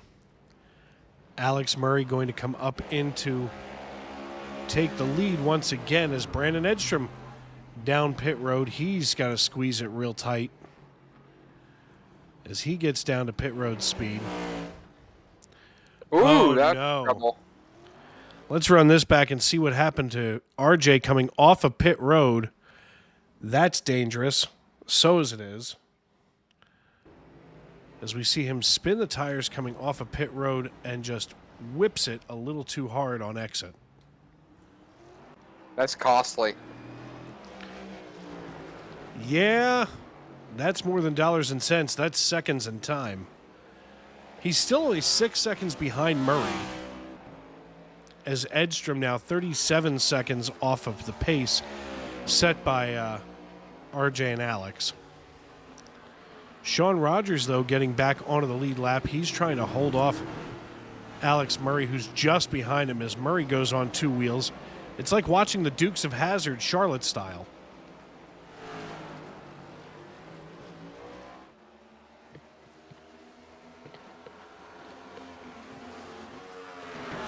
I think that's 7 seconds to the gap.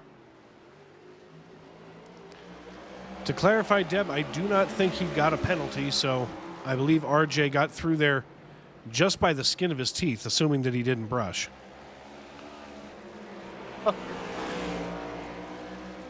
That's clever. See what I did there? I've never thought of hearing that before, or saying such a thing. The skin of his teeth? I'm gonna have to work with.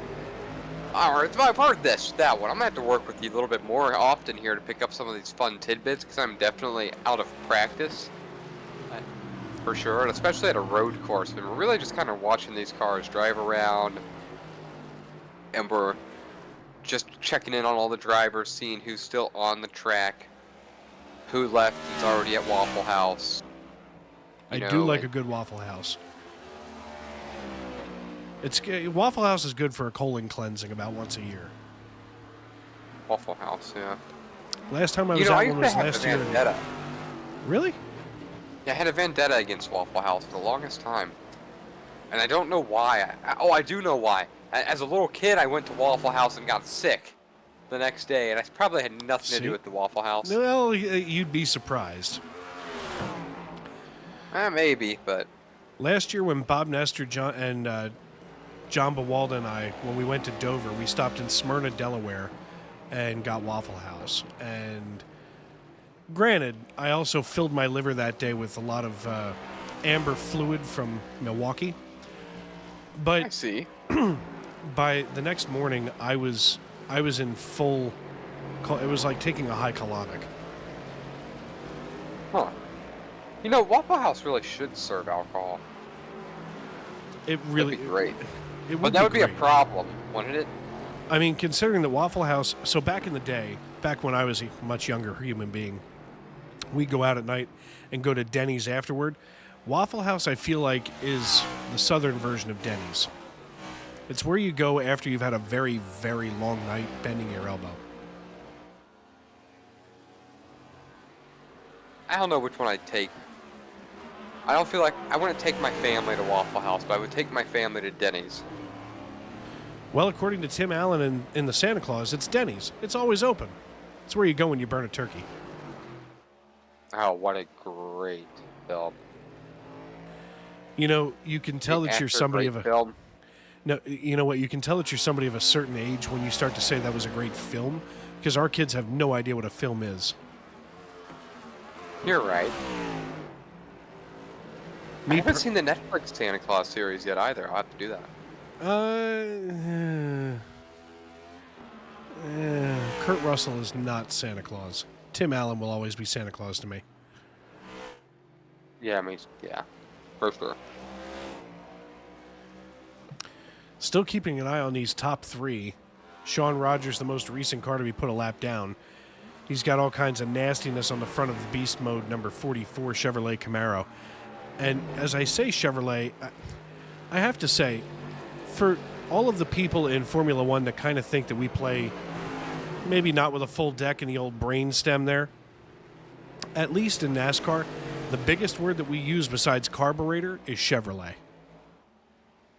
You never hear anybody really say Chevy. It's most broadcasters always say Chevrolet.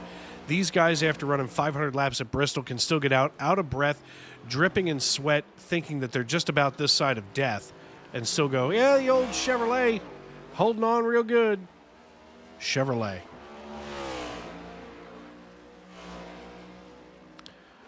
This is why I like a good old Ford. That's fair. That's Easy to say. It's iconic. Unlike Dodge. I mean, I'm kidding. Dodge is also iconic. it did get us back and forth without killing us.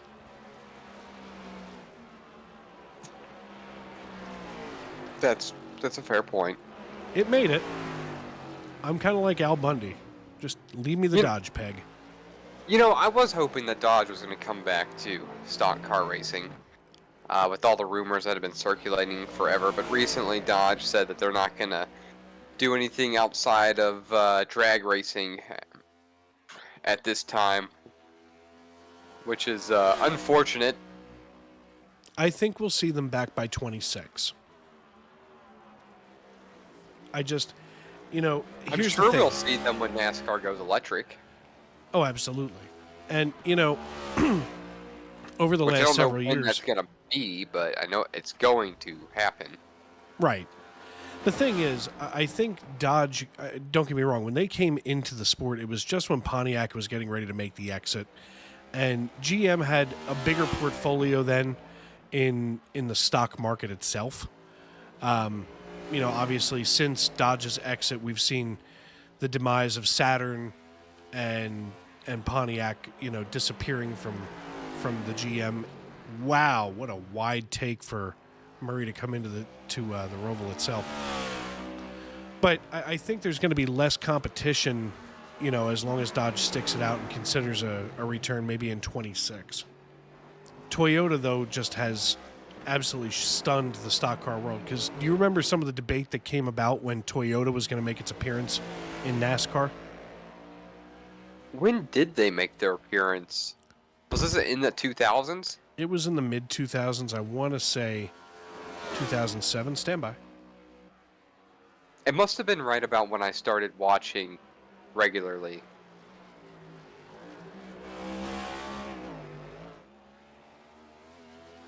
I was right, 2007. And, you know, here's the thing. When Toyota came to NASCAR back in 07, there were a whole bunch of people screaming hysterically, why do we want the Japanese to come into our sport? And they just lit the world on fire because TRD was that advanced. You have to They understand. also had some pretty solid drivers initially, too. You also have to understand the history of the Toyota company itself. Toyota, the car manufacturer, was the original way to spell their name was Toyoda, Tyoyoda, and they made looms for clothing. And the son of the original Mr. Toyota got into automobiles, and then of course Really? changed the D to a T. Yes, I wouldn't make this stuff up. Feel free to check out the Cars That Built America, available everywhere, especially on History Vault, in case I'm trying to get myself a free subscription, so I don't have to pay for it anymore. Yeah, that's interesting. I never would have known that. Well, it's amazing the random things that you can pick up. Thank you, Deb. We appreciate you. Deb Harris says that you guys are awesome. Much appreciated. So if we were gonna bring another manufacturer into stock car racing, who? I know Honda's talked about it. Yeah, I but don't see they the haven't Accord really making an talked appearance. that much. I mean, at least at this level, Honda's about the closest because they're the only people making a widely available production model sedan, which is what it takes to qualify to be a member of NASCAR. There was a period in time, and it's part of why Dodge had a major falling out with NASCAR when they had the Hemi, that basically the Charger, the Daytona model that they came out with specifically for NASCAR with that goofy looking bullet nose on the front of it, they had to sell a specific number of those Dodge Daytonas off of regular showroom floors before that it would qualify to be allowed at NASCAR. And Dodge argued with the France family, and they were like, well, we sell Chargers in any other way. Why can't we sell them this way? It became a whole thing. And of course, back then we had Plymouth. And you have to figure, once upon a time in NASCAR, at one time, you had Chevrolet, Ford, Dodge, Plymouth, Oldsmobile, and Buick. I'm looking at something that happened last year. Corey LaJoy tweets Acura to NASCAR 2023 confirmed, but it looks like it was kind of a joke. But Acura did post a concept next-gen looking car. Well, what's Acura, though? Is it Acura or Lexus that's the upscale model of Toyota? Lexus is Toyota, Acura is Honda. There you go. Now, I tell you what, I prefer a Honda over Toyota, but Lexus over Acura. Yeah, see, I'm a caveman. It's either Dodge or Jeep or Dodge. I've driven enough Jeeps to never want to drive another Jeep again. My last one was an 05 Liberty, and he was incredible. His name was the General. Did you know that Jeep is technically an onomatopoeia? Really? Back when Jeeps were made Not famous bad. during World War II, they were called the General Purpose, or GP. And as soldiers do, they shortened it up from General Purpose to GP to Jeep, GP. So my Liberty's name was the General, short for General Purpose. It was a Liberty Clever. Renegade. It was fantastic. Skid plates on the bottom, bull bar on the front. Nothing stopped it. My first Had car a was an fridge. '88 Jeep Grand Wagoneer. In four-wheel low, you could drive up a tree. That's pretty beastie. I've had a handful of Jeeps myself, and I haven't had the greatest experience or luck with them. No, that select track is something special. In the 88 Grand Wagoneer, it had a pneumatic transfer case. When you could shift into four-wheel at any time at any speed, but it wouldn't engage until you hit 35. And when you would hit 35, the pneumatic control would take over and you would hear it hiss into four-wheel drive. Wow. Yeah, it was cool. Alex Murray still controlling this race. Brandon Edstrom, 51 seconds. That puts 19 seconds between Edstrom's rear bumper and Alex Murray's grill. So it's not completely impossible that we have just two cars on the lead lap before the end of this piece.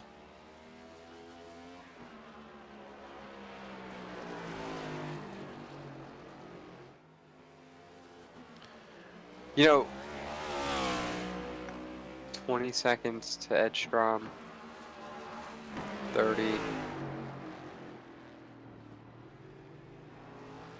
I think we're going to make it to, yeah, I think we're going to have 3 cars on the lead lap. I don't think it's going to be 2. But look at Chris Claude, who has just kind of been steady staying out there and is in the top 5 now. I call Chris Claude Mr. Consistency. If you're familiar with NASCAR 99, Benny Parsons was the color commentator on NASCAR 99, and every now and then during the season mode, he'd come out and he'd say, the only way to win a NASCAR championship is consistency, consistency, consistency. And Chris Claude has clawed his way through this season being consistent. He doesn't have a win to his name, but he is always there every year, you know, in at least the round of 12. And this year he still has a chance here at the round of 8. Well, Ryan Newman very nearly won a championship without winning a race. Very nearly. He came within a position of winning the championship one season. What year was that? Was that 13? Or was that when it was 13? I'm going to look right now and see if there has ever been a NASCAR champion without a win. No, no way.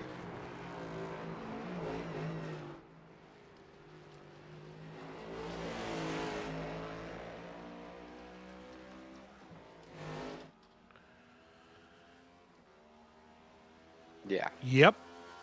It has happened. Dillon, yeah. Austin Dillon. Look at that. Austin Dillon won. What in the world? Austin Dillon won the series in 2013 without winning a race. Huh. What series That is was this? the Xfinity series. Really? There you have it. Talk about consistent. Huh.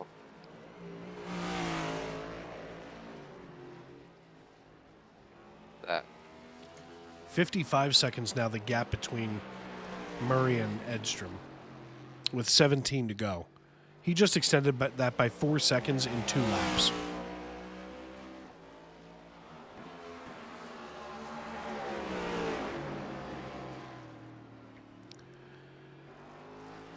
And although that Jonathan and I are both paying attention to, half-heartedly paying attention to the Giants-Cowboys game out in Santa Clara, tomorrow night I'm warning all of you that the Philadelphia Phillies will be in Hot Atlanta. Wow, what a return this is about. Nope, never mind, just kidding.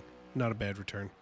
But the Philadelphia Phillies will be in Hot Atlanta once again tomorrow night in the NLDS, looking to go up 2 games over the Braves, and I'm warning all of you that we'll be paying attention to both right here on Sim Racing Media.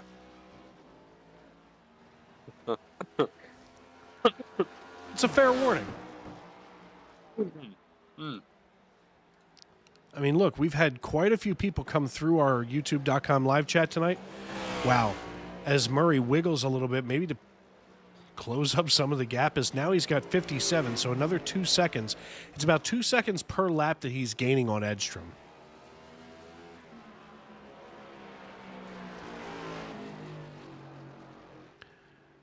I mean, it hasn't been a close race tonight, John, but it's been an interesting race overall. Well, the thing that I've found interesting is how much some of the drivers have pushed themselves with giant gaps. Almost to the point where it just doesn't make sense to risk your car, but and I just have to say it must just go back to your racing the track also. And so you're trying to have fun and push the car, see if you can go faster this lap than last lap, and we've seen a lot of sideways moments out of Alex Murray and RJ Root.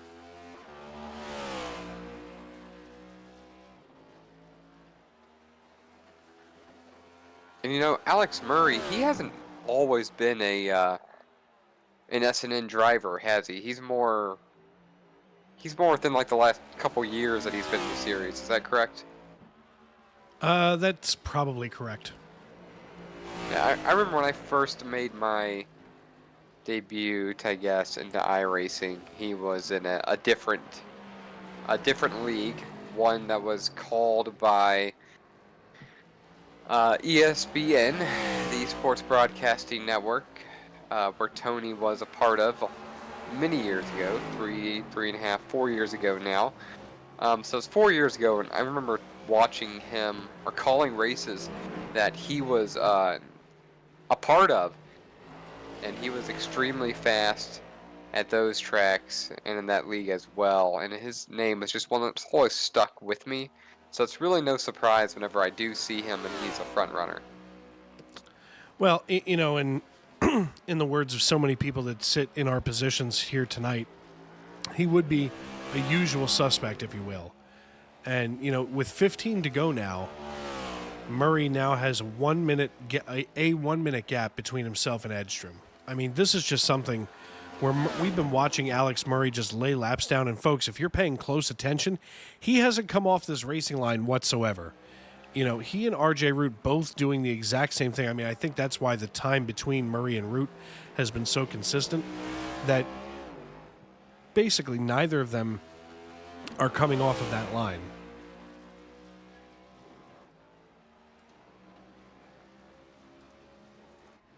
It's just incredible to watch these two work. I'm awful, but these guys are incredible.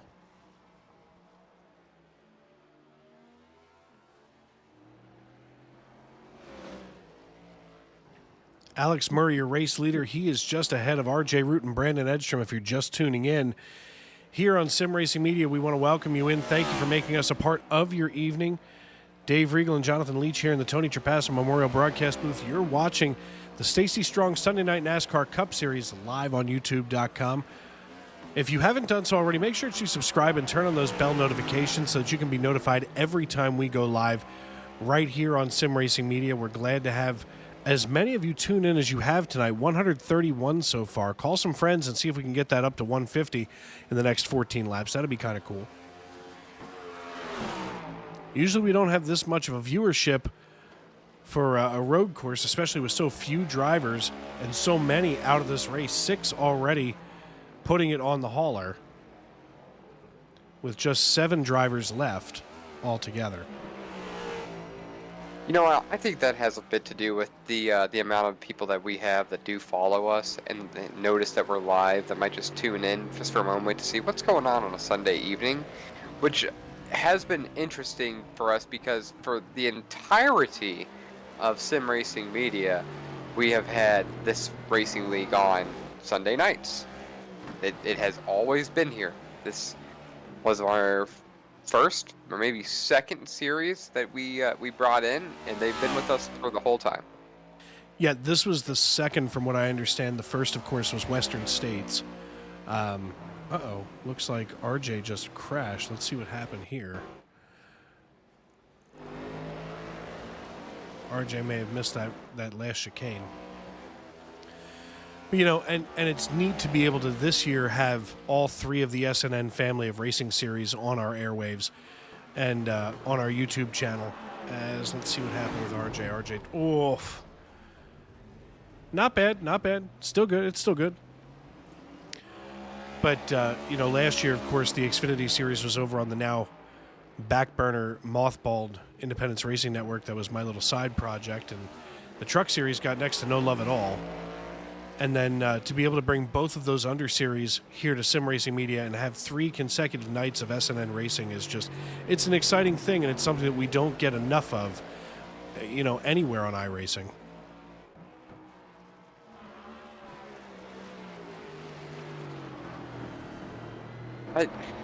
I think the only one of our leagues that we call here on Sim Racing Media that's similar is SCL. Yeah, where you have we have the Racers Elite Series. They do 3 nights a week as well. They only do. They're a single booth for broadcasting. However, they would like to be a double booth, but they're only a single. And Mike DeMoney is the one who typically calls that series.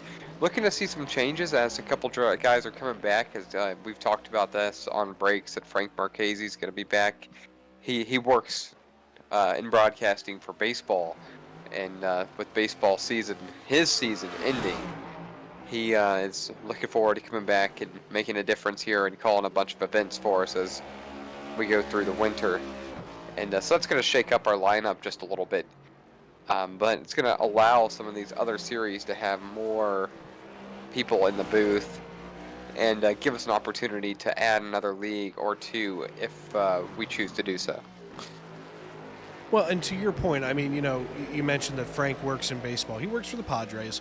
And, the thing is, how cool iRacing is, so to speak, when somebody who works in real-life radio every day of the week still thinks that this is something fun to do, regardless of what you do. I mean, we have a couple of people in our Sim Racing Media family that work in real broadcasting as their day job.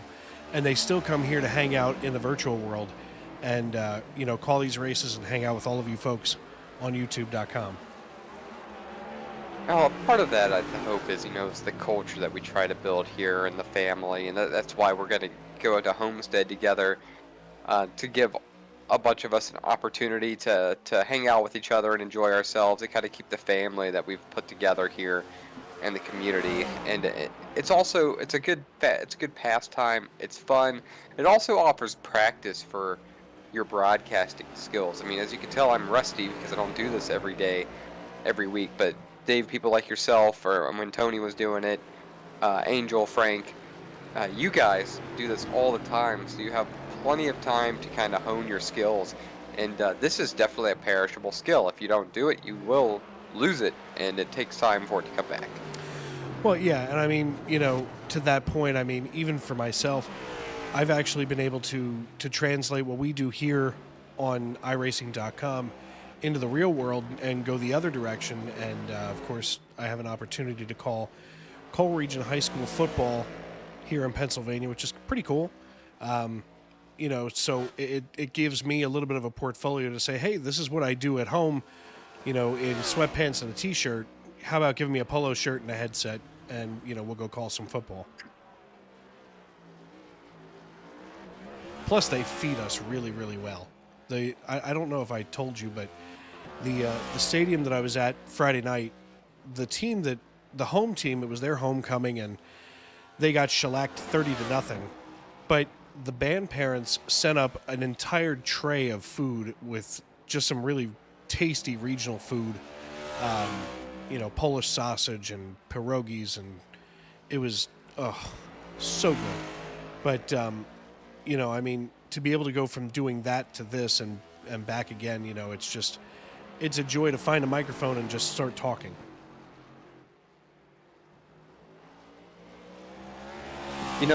Calling football, I think, is different. It's definitely different than racing.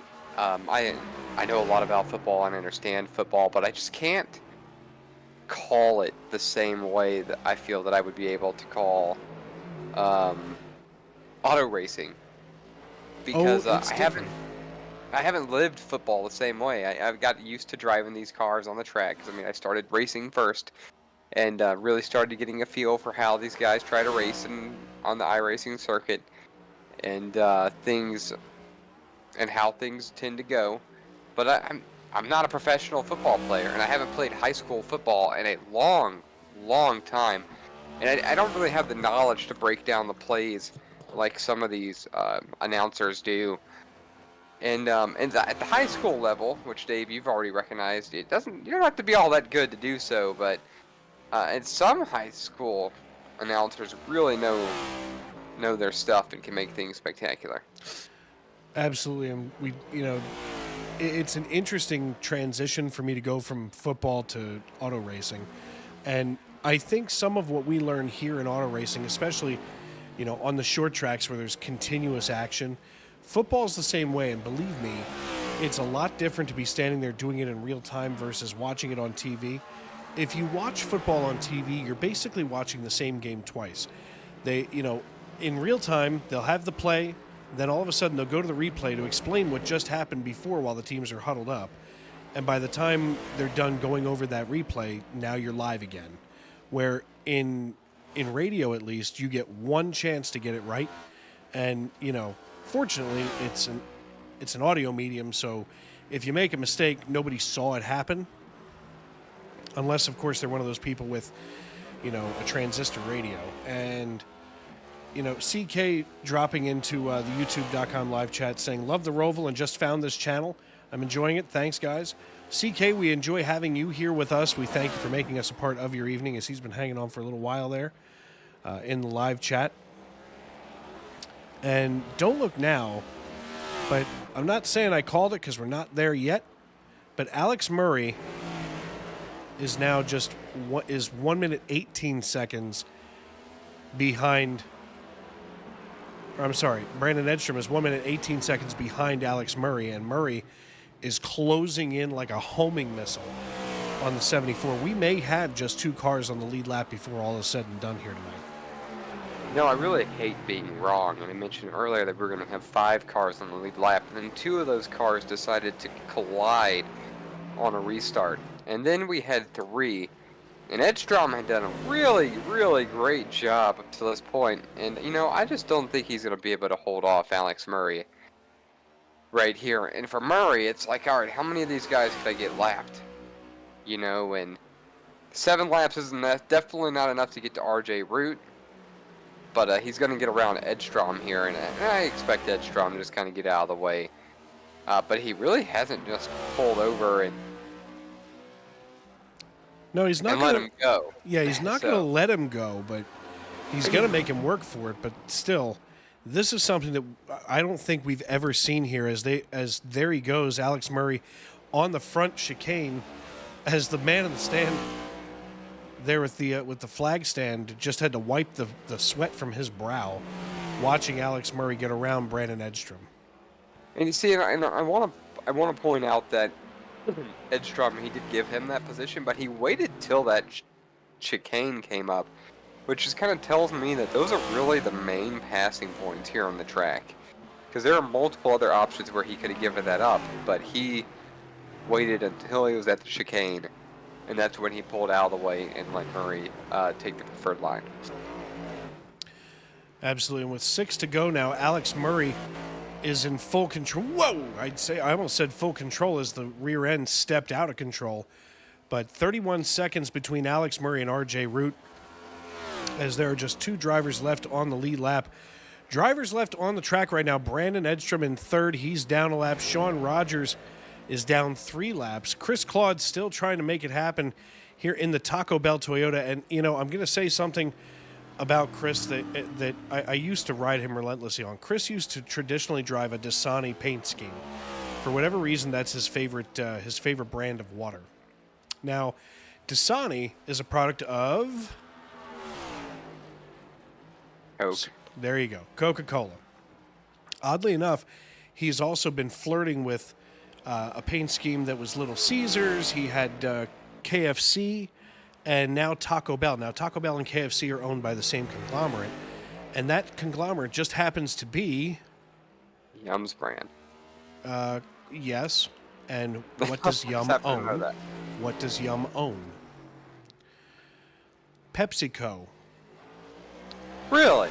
And Chris has not been as good in products, in cars with these paint schemes that Yum owns or that PepsiCo is a part of. So I feel like Chris needs to get this Dasani paint scheme back rolling here so he can get back to his normal position here on the racetrack, because it doesn't seem like Pepsi is the fuel that he needs. He needs to get back to Dasani and Coca-Cola.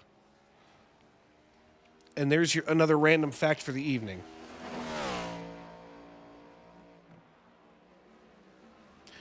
Or as our friend would have told me, useless information.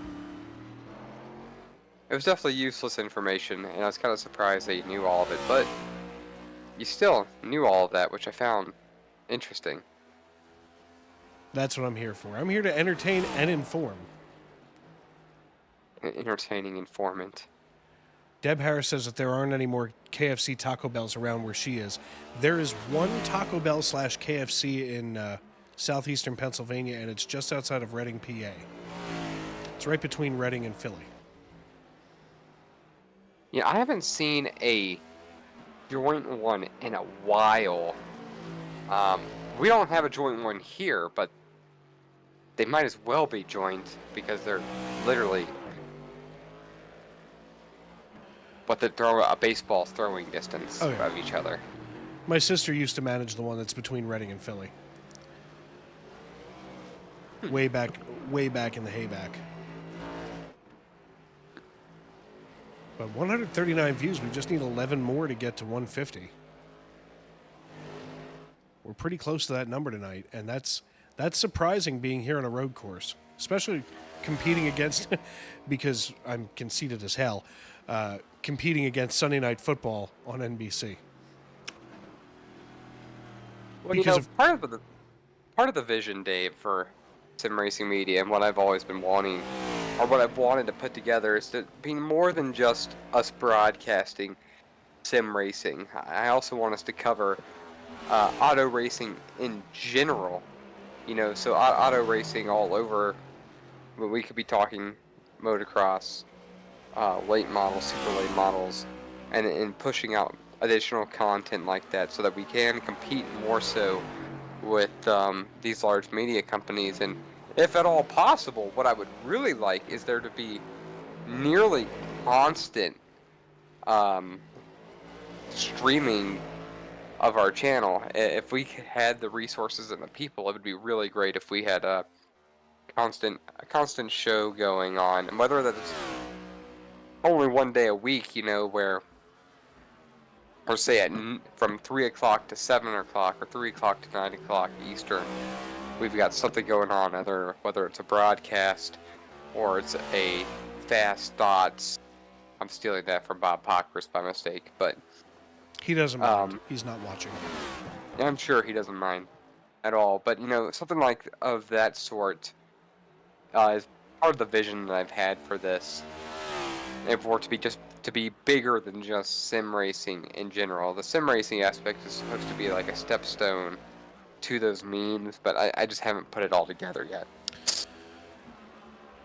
Well, it'd be fun here as the popsicle sticks go in the air. 2 to go now in the Stacey Strong Cup Series here at the Charlotte Roval. It'd be fun to, just in case anybody from NBC's listening, we don't mind being your digital partner here. And look, if somebody needs a studio show about sim racing or anything like that at NBC, we're your people. We're more than welcome, or we're more than willing to latch onto the peacock, if you will. But with 2 to go here, it's been a dominant night for Alex Murray. RJ Root definitely took care. He swept stages 1 and 2, so it's kind of disappointing for him to finish in second position, as barring some type of catastrophe, Alex Murray should be bringing home the checkered flag as he rolls out of that rear chicane one more time.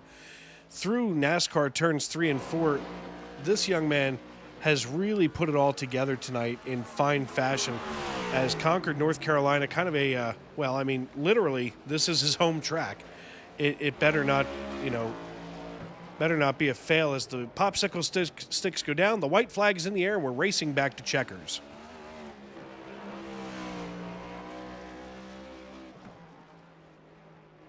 Well, like you mentioned, 2 cars on the lead lap. Murray, North Carolina, just has to get through this one more time without terrifying us. But, just like what we saw happen earlier, I wonder if we still got another wiggle out of him left on this final lap. I think even a big wiggle wouldn't be a big deal for him. But being from Concord, North Carolina, obviously this is his home track, as technically the racetrack does lay within, I'm sorry, I'm not supposed to say Concord, it's Concord, North Carolina. I was corrected last week and now it's stuck in my head.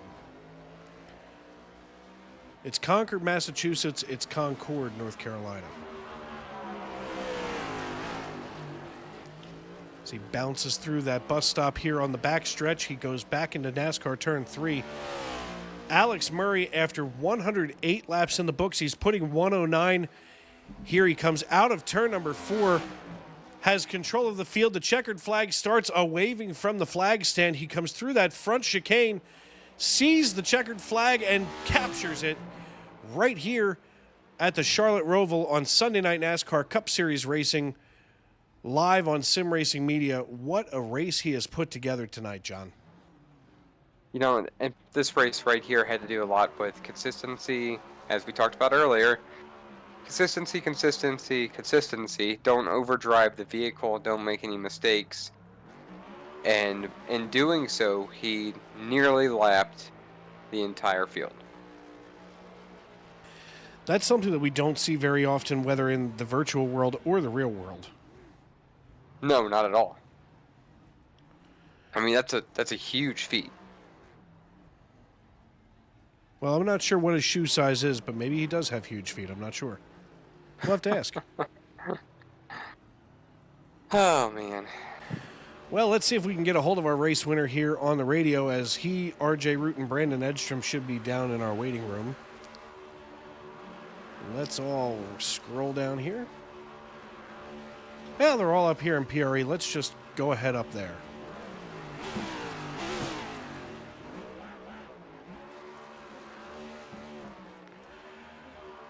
Hey, Alex, it's Dave and John up in the SRM broadcast booth. You got a copy?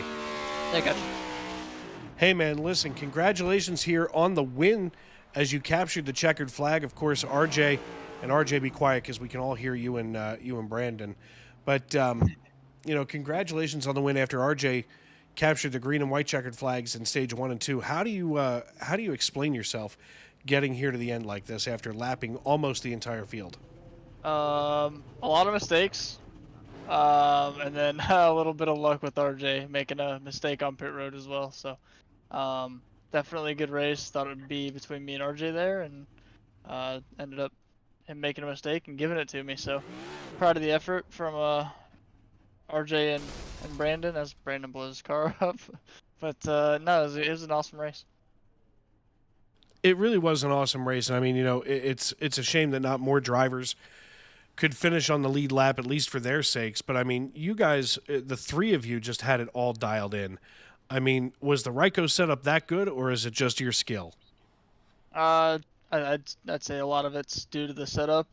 Ryko always provides us a awesome setup, and can't thank Ken enough for allowing us to run them, and just looking forward to Vegas.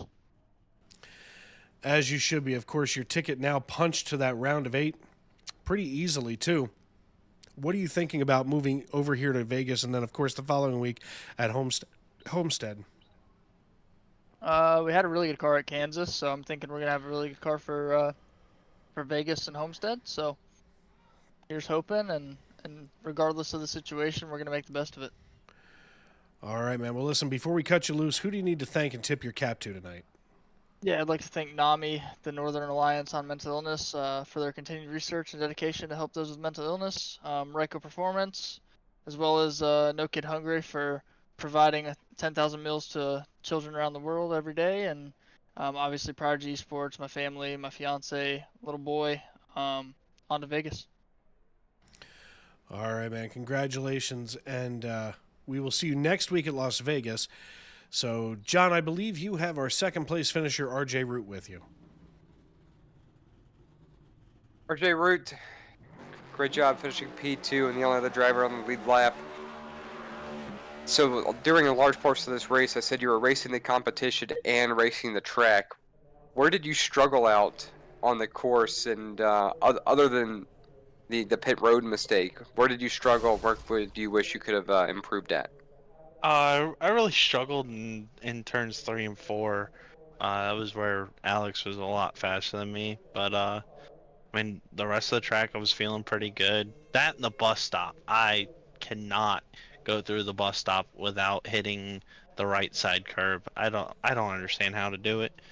Tried all week, but I mean, other than that, the car felt really fast, and then forgetting to take tires. Well, forgetting to not take tires under the green flag stop really put the nail in the coffin, and getting second. Uh, just made a mistake, lost the lead to Alex, and then made another mistake trying to pit and just forgetting to turn the tires back off. That's part of how these races go. I like bus stop turns, but um, you're probably better at them than I am. So anyhow, though, I appreciate you giving us the insight on that. Is there anyone you'd like to thank before we move on? I really got to thank Nami and No Kid Hungry, Raiko, everybody at Prodigy, my girlfriend for making sure that I got home in time today. Uh, just the amazing year that we've had. It feels good to at least be competitive against Alex for 75% of the race, and yeah, on to next week. I'd say you did a pretty solid job today.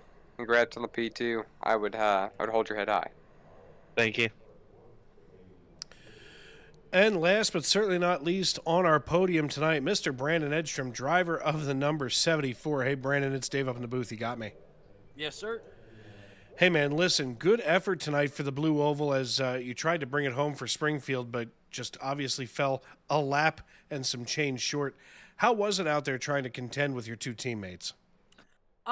Honestly, terrifying. I mean, Alex is a creature on these road courses. I don't know what he's doing. I don't know what he's taken before the race, but he's definitely doing something right. I come in here, thinking that I have it down, and then all of a sudden I'm seeing, a second and a half, a second faster every lap. But he's been on here a lot longer than I have. He puts in a lot more time than I do. It was my fiance's birthday this weekend, and pretty much took the week off to build up for that. So my first laps were actually on the track tonight. So the car felt really good, but I just didn't have enough time to put in the work this week. But I'm proud with the P3. I usually really struggle at these at these road courses, so I'm surprised I'm even here talking to you.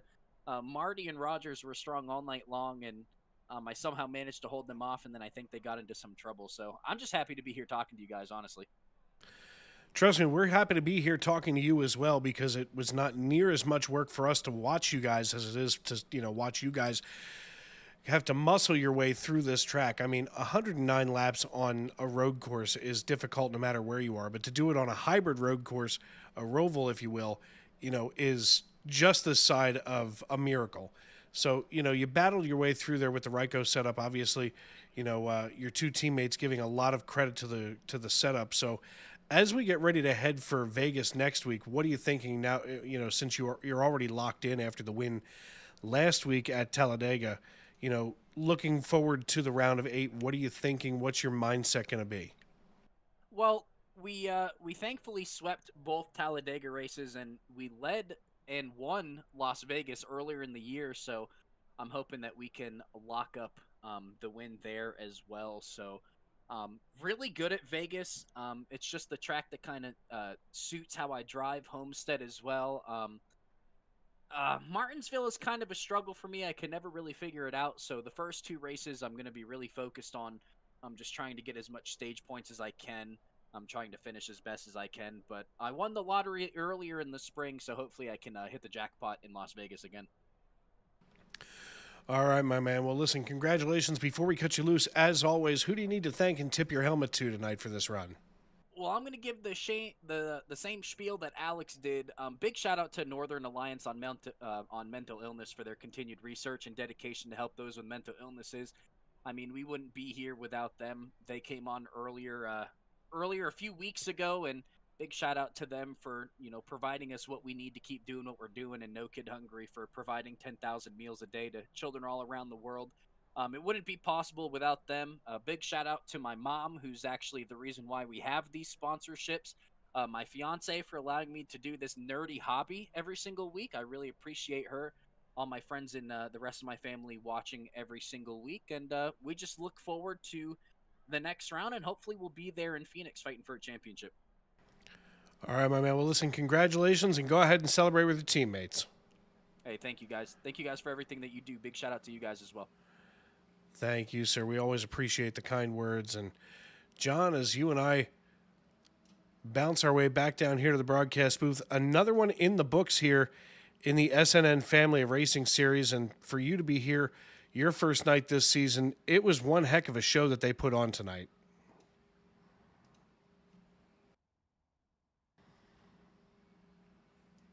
As I may have lost John there, not sure what happened. But, I apologize. I'm here. There you are. But for I your am here. first, My mic was not, but I was here. well, thank My goodness mistake. somebody was there. But listen, for Well, I your was gonna first say, night here, we what a saw race. a lot of these drivers battling the track, and that in itself was entertaining to watch and see guys really leave it all out there, because we saw R.J. Root and Alex Murray multiple times getting extremely sideways and gathering it back up. So we know those guys left it all on the track. And then Mr. Consistency, Chris Claude, really doing the best that he could and coming out with a top 5 finish by just staying in it.